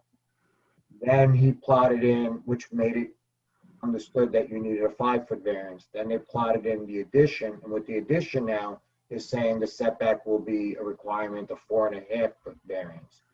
So if we're going by their proposal of 7.5 feet, which is the proposed setback of the addition, until they construct it and get an as-built survey to confirm it, they're requesting a variance for a proposed 4.5 foot setback of the addition. Okay. So that's why this evolved as it did to this point. So if you want to give them the 4.5 foot variance based on what they're proposing, then that's probably the best way to go. Well, at the end, when they construct it, we'll get a survey to confirm. Okay. I mean, technically, you are supposed to grant them the minimal variance required. So that's what I would recommend, is granting the 4.5 or 4.6, whatever. Okay. All right. So at this point, we will do the 4.6 or 4.5 foot variance. Let us go through the area variance. Okay. You might all have these memorized at this point, but the first criteria is whether an undesirable change will be produced in the character of the neighborhood or a detriment to nearby properties will be created by the granting of the area variance. No. Okay. The second, it does help me sometimes when I'm drafting the resolutions if you guys provide some details. Feel free. The second criteria is whether the benefit sought by the applicant can be achieved by some method feasible to the applicant to pursue other than an area variance. No, based on the size and configuration of the lot and the minimal changes that are being made, this is the only way that it can be done. Yeah, I agree. Thank you. The third criteria is whether the requested area variance is substantial. No, at 4 feet, 4.5, 4.5 feet. I don't care how you look at it. It is not a substantial area variance to the size and lot of the property. Good, thank you. The next criteria is whether the proposed variance will have an adverse effect or impact on the physical or environmental conditions in the neighborhood or district. No, I don't see There's no how. change. No change. Okay. And the last criteria is whether the alleged difficulty was self-created.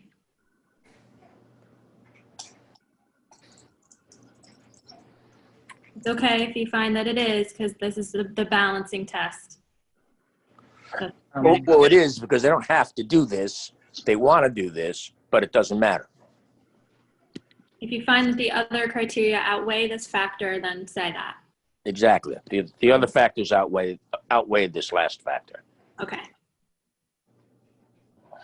Okay, so with all that being said and going through the area variance test, may I have a motion to grant this application for 265 Springs, ZBA 16-2020? So moved, Bob. Is there a second? Second. George. George seconds. George second, I heard. Can we have a roll call vote? Marlene Cheatham, Aye. Kevin Griffith, Aye. Antonio Martinez, Aye. George Bailing, Aye. and Bob DeRio. Aye. Great. I thank you. Ed and Miss Rinaldi, thank you for coming. Have fun building. Thank you very much. Have a good night. Good night. We are up to new business of the board, ZBA 26-2020, 178 Croton Avenue, Melrose Lumber. The applicant is seeking an area variance of 4 feet for the minimum setback of a freestanding sign from the street. Is there anyone to speak on this application?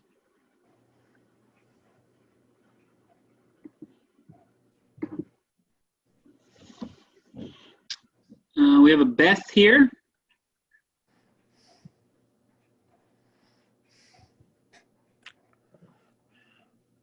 Beth, would you like to speak? It happened. Yeah, how are we doing now? Can you hear us? Yes, we can. Yes. I'm Charles Cohen, Chip from Melrose Lumber. Been there 50 years. And I'd like to just try to make this sign that's been out there my whole life. I just want to make it legal now. That's my goal of being here tonight. We had the original sign there when my father put it there in 1970. We had a fire in 2008 and we switched the signs on the building. I hired Hudson Sign to do it, and he was supposed to go through and do all the paperwork and make it legal. And then I found out it's not. So I'm really here tonight to, make the sign legal. It's always been there. Okay, that's what I have to say. Okay, thank you, Mr. Cohen. I actually, in my head, thought that we had discussed this when I was on the village board and thought that this sign was already, had already been approved. So, but they said they couldn't find anything. Remember that. I do remember us having that discussion. Do you not remember that, Mr. DeRio? I do indeed. Yes, I believe the consensus at the time was that it was fine. I'm wondering why the paperwork didn't get filed. But it doesn't matter. We can do it now. Thank you. Yeah, I'd like that. But we have to go through all the steps now, right? Correct. So I wanted, if I could draw your attention to just a couple items. I want to show you the worksheet so that we can have it on the screen real fast.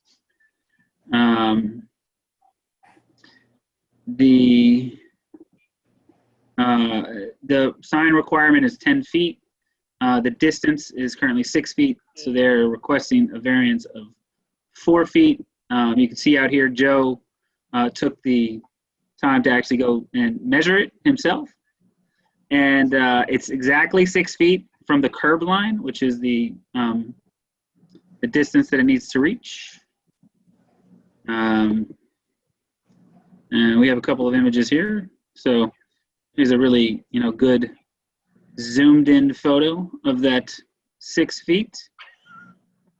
And you can see Joe's shoes there, I think. And then here's another photo from a different angle showing the sign. Yeah. And the legalization of the sign will also allow them to update the signage itself, which I think is part of the reason they came here. So it's not necessarily just about legalizing what is there, but there is a desire to update the information on the sign. That's correct. Is that correct? No, I didn't want to do anything to the sign. I just want to leave it there. I had no plans to do anything.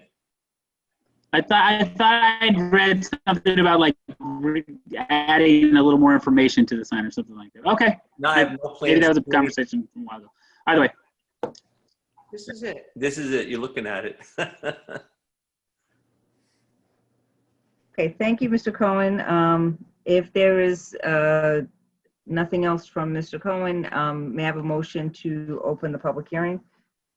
So moved, Bob. May I have a second? Second, Martinez. Thank you. If there's no objection, then by unanimous consent, the motion to open the public hearing will be adopted. There's no objection. The motion to open the public hearing shall go forth. Is there anyone else here to speak on this? There is. A Kevin Sylvester, resident of Ossining. He's here to speak. Is this appropriate for public comment now? I was waiting for that. Yeah. Okay. Kevin Sylvester. I am the property owner at 1A Callum Avenue, which is directly across the street from Melrose Lumber. I just came tonight to say that as a neighbor that walks out the door and sees this sign every day, I'm fully in favor of them being offered a variance. Melrose is a fantastic local business. Many small home improvements that I've made have been with their help and their guidance and materials from there, and they support all kinds of community projects around here through sponsorship. It's a fantastic local family-owned business, and they are an asset to the community. So I encourage the board to approve this so they can move on with their business. Thank you. Is there anyone else here to speak on this application? Let me check. There's a Sharon Verdejo. So Sharon Verdejo, Hi. am I saying that correctly? It's Sharon Verdejo, yes. I would just like to speak in favor of the requested variance. I've lived in this village for 54 years and that sign has always been there. I don't see a reason why this is an issue. That's it. Okay, thank you, Ms. Verdejo. Is there anyone else to speak on this application? There is no one else with their hand raised, and if you give me a minute, I will check my emails. I do not have any emails, so that's it. Okay, since there is no one else to speak on this issue, may I have a motion to close the public hearing? So moved, Bob. May I have a second? Seconded. So then by unanimous consent, if there is no objection, the motion to close the public hearing shall go forth. There's no objection. The public hearing is now closed. This again is an area variance, so we would need to go through the area variance steps. Right, so the first criteria, whether an undesirable change will be produced in the character of the neighborhood or a detriment to nearby properties, will be created by the granting of the area variance. No, it's always been there. The character of the neighborhood has included that sign for at least the 20 years I've lived here. So no.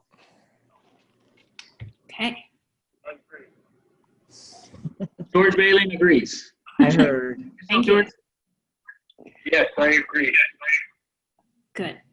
The second factor is whether the benefit sought by the applicant can be achieved by some method feasible to the applicant to pursue other than an area variance. No, no. No, No. no. If you don't have a sign, there's nothing. No, it's where it is. Can you, Jaime, what did George say? I couldn't quite catch it. You don't have a sign, then you have nothing. Oh, So okay. therefore, you can't replace it. I got it. Thank you. Yeah, there's not there's no appropriate other place that wouldn't require a similar variant on that property. I got it. The third factor is whether the requested area variance is substantial. No, it's 4 feet. 4 feet. No. Whether the proposed variance will have an adverse effect or impact on the physical or environmental conditions in the neighborhood or district. No, for the same reasons we've already said. And I think it would be just the opposite. If the sign weren't there, then it would take away from something that people have seen for so long. Mm-hmm. Okay, and then the last factor is whether the alleged difficulty was self-created. Well, yeah, they put the sign up, but I don't think it matters. It's out, the value of having the sign exactly where it is absolutely outweighs the fact that it was a self-created problem, but there was no other thing they could do. You got to have a sign. And the value of not having to move the sign, you know, taking the time and right. And yes, any expense associated with that. Yep. Yes. All right, those are all the factors. So having gone through the factors and found in favor of this application for ZBA 26-2020, 178 Croton Avenue, Melrose Lumber, may I have a motion to grant the area variance for the sign? I'd like to make a motion to grant the area variance for the sign. It's Bob. A second.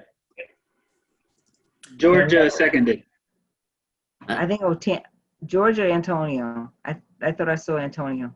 I think they both did. We both seconded. Okay. A double second. Pick one, Jamie. All right, the roll call is Marlene Cheatham. Aye. Kevin Griffith. Aye. Antonio Martinez. Aye. George Bailing. Aye. And Bob Durayo. Aye. Okay. Motion carried. Keep that sign there. Thank you very much, everybody. I really appreciate it. Okay, have a good night, You all Mr. too. Cohen. Good night. Thank you. Good night. We are up to ZBA 27-2020, 104 Revolutionary Road. Daniel Slavin is the owner? Slavin. Slavin. Okay.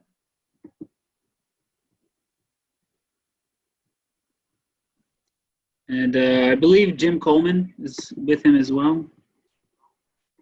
Okay. And they are both now on.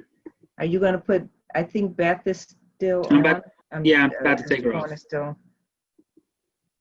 Okay. Hi, Okay. Mr. Coleman. Hi, Mr. Slavin, or Miss Slavin, or the Slavin family. How are you? Jim, you're on mute. You're muted. Yes. Good there evening. you Nice to see everyone. Hello, all. Dan is with us as well. Hi. Hi. Okay. Should we move forward? Can Yes, we're waiting to hear from you. I share my screen? I think we'll keep this one simple. Hopefully. Hold on, I will allow you to share your screen. Okay. Go ahead. Okay. And here.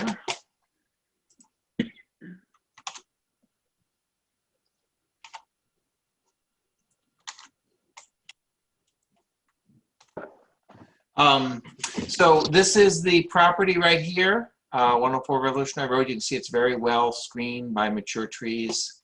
This is Revolutionary Road, which is relatively, pass-through street with very little pedestrian traffic. This is the view up this little private drive behind the house. There's another driveway off that drive, some parking, and a neighbor. This is the view up that drive. This is the view south past the site. The back of Stop and Shop for the shopping center is on the other side of the street. There's the sidewalk. This is the view looking north towards the driveway. You can see the heavy trees. This is the existing house. This is where we're proposing an addition.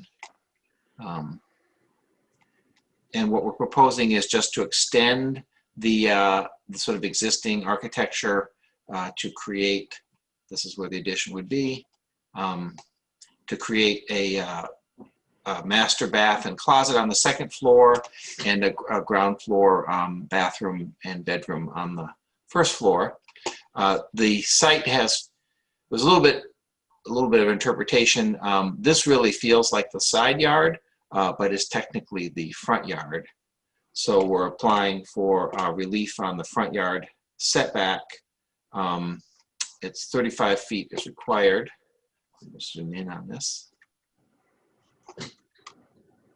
I would make one quick note to the board. It appears that there's like a walkway, but those are actually just measurements. There is no walkway to Revolutionary Road. Right.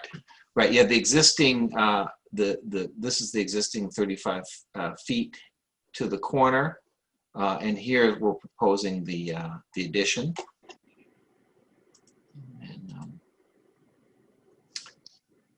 And then here's the existing footprint. So there's a living room here, and these are two existing openings. This is the existing master bedroom. That's the existing closet.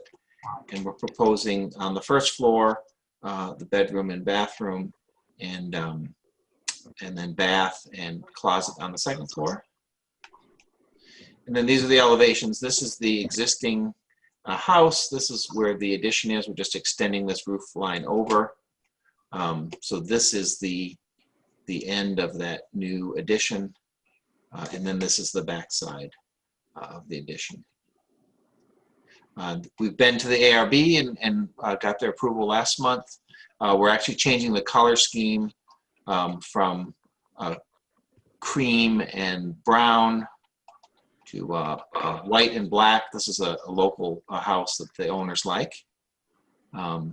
And we're pretty much matching the trim, matching directly all the eave trim, and then doing something very similar with the new construction, which is right here.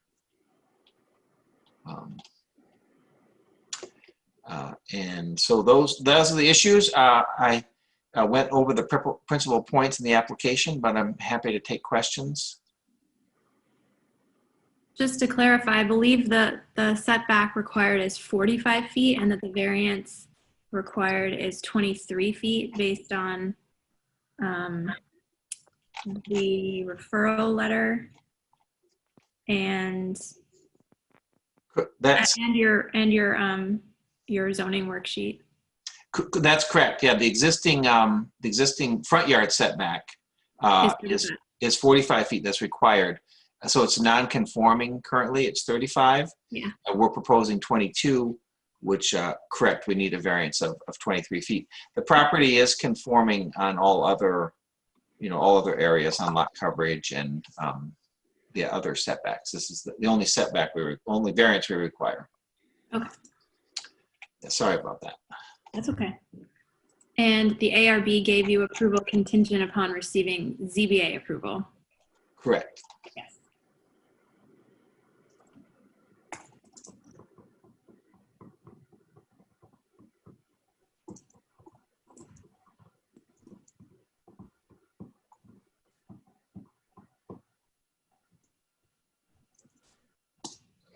Maybe I shouldn't put this up. I don't want Joe to look at it again. Can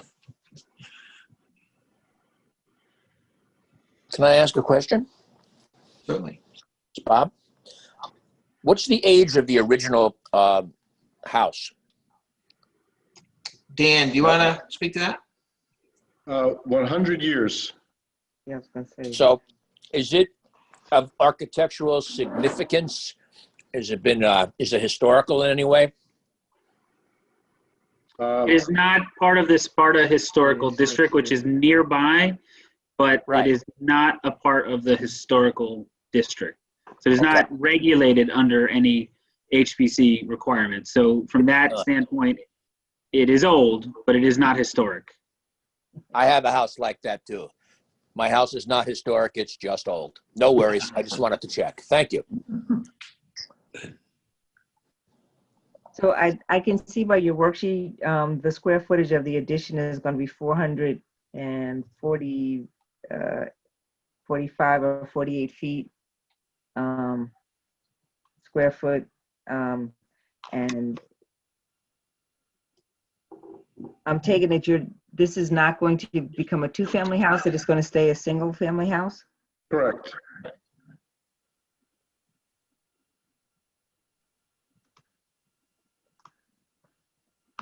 Are there any other questions from the board?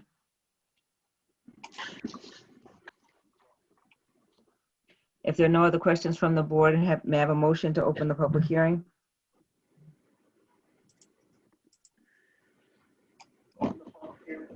I so move. George made a motion as well. Okay, so it was Second, who's ever motion? Okay. It was moved by George and seconded by Kevin to open the public hearing. If there is, by unanimous consent, if there is no objection, the motion will be adopted. Since there's no objection, the motion to open the public hearing shall go forth. Is there anyone to speak on this, Jaime?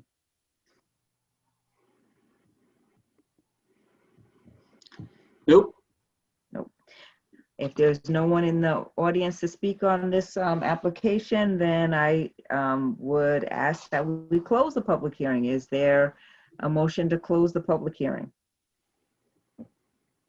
Motion to close public hearing. That was Mr. Griffith. Is there a second? George That was second. George seconded.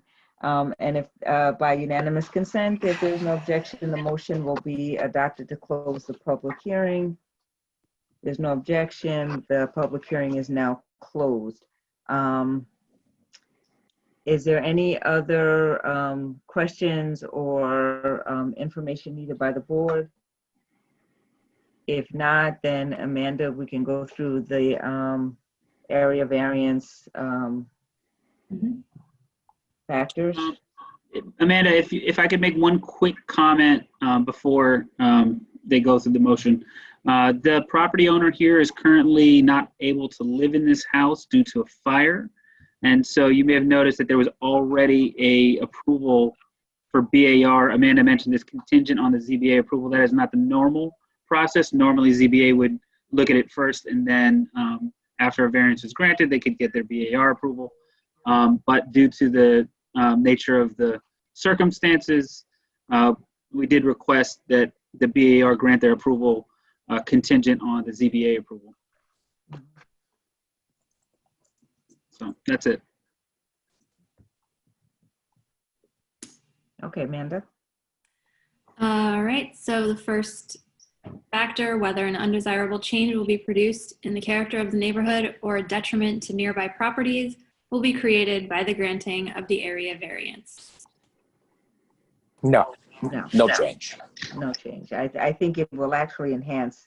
And since there was a fire in the building, I think this would be the time to make changes if you were going to make any.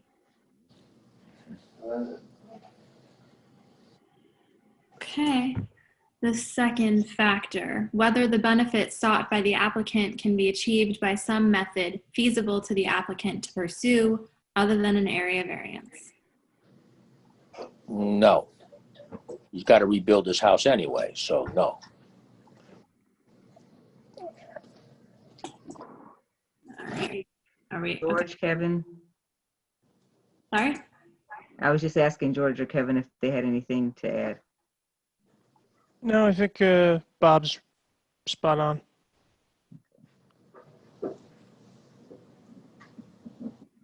Whether the requested area variance is substantial, which you have to consider in light of any impacts that would be created. Right. Though it is substantial, it's at 23 variance needed, 23 foot front yard variance. There's no real access to the front yard, to the street. That is not the way you enter in, though it is on the Revolutionary Road side. There are trees that minimize the impact, and I don't think it would cause it's substantial in light of where the property sits and how the house is situated. I can confirm. Okay. Good. The next factor is whether the proposed variance will have an adverse effect or impact on the physical or environmental conditions in the neighborhood or district. No, actually, I think if the house has had a fire, I'm sure just, rebuilding and making, putting it back to its original use would make it better for the neighborhood and the environment. Absolutely. Okay, and the last factor is whether the whether the alleged difficulty was self-created. Unless they set the fire, I'm not so sure we can say that. Oh God, I was thinking the exact same thing, Marlene. Now, I'm not going to be the insurance company to pay it, so I would say no. It's funny. That's it. Those are the 5 factors. So those are the 5 factors. In light of going through the factors and finding in favor of granting this application, you may have a motion to grant the 23-foot variance needed for this application, ZBA 27-2020 at 104 Revolutionary Road. I'd like to make a motion to grant the 23-foot variance. I second. So motion made by Bob DeRio, seconded by Antonio Martinez. We will need a roll call vote on this one. All right, Marlene Cheatham. Aye. Kevin Griffith. Aye. Bob DeRio. Aye. Antonio Martinez. Aye. And George Bailing. Aye. George says aye. Say that again, George. I apologize. No, we heard it. I heard him. We all heard him. We heard him. Okay, so motion granted, Mr. Slevin, and to the owners at 104 Revolutionary Road, happy building. Many thanks. Very much. Have a good night. Yeah. Thanks. Cheers. We are up to old or adjourned business of the board. 24 Aqueduct Street. And I believe this is adjourned again. It is, the applicant is in Asia doing his import-export business. So Maybe did I reveal too much? That was too much. He's unable to be here. he's out of the country, right? So this will be adjourned until the November meeting.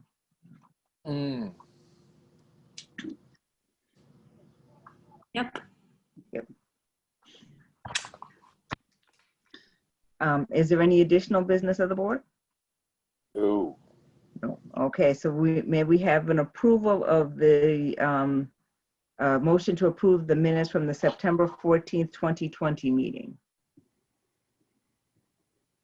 Do we need a motion for that? I A don't. motion to adjourn to November? Yeah, I mean, you don't usually approve the minutes. It's just your signature, Marlene. Oh, okay. All right, so then I'm good. So can I get a motion to adjourn?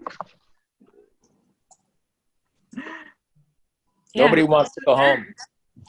Can I get a motion to Madam adjourn? Chairman, I Okay, don't all move that raise your we hands. adjourn. Adjourn. So moved. Motion to adjourn by Antonio, and I believe seconded by George? Yeah. Okay, so I'm going to say by unanimous consent, and I don't believe that there will be anyone that will object to the motion to adjourn. So, so the motion to adjourn is granted. I think everyone should have a good night. I look forward to talking to you again in November. Is our meeting on the holiday next month? Veterans Day? Never. Yes, that. No, I'm just double checking. What day is it? I believe it's on the 10th. The 10th. Oh, okay, so it's the day before. Okay. Yeah, we're All good. right, just making sure. Thanks, everybody. This was great. See you in November. Bye-bye. We'll gear up for Good night, 24 everybody. Aqueduct Thank Street you. for November. Enjoy. Good Take night. care. Have a good night. Have a good night. All right.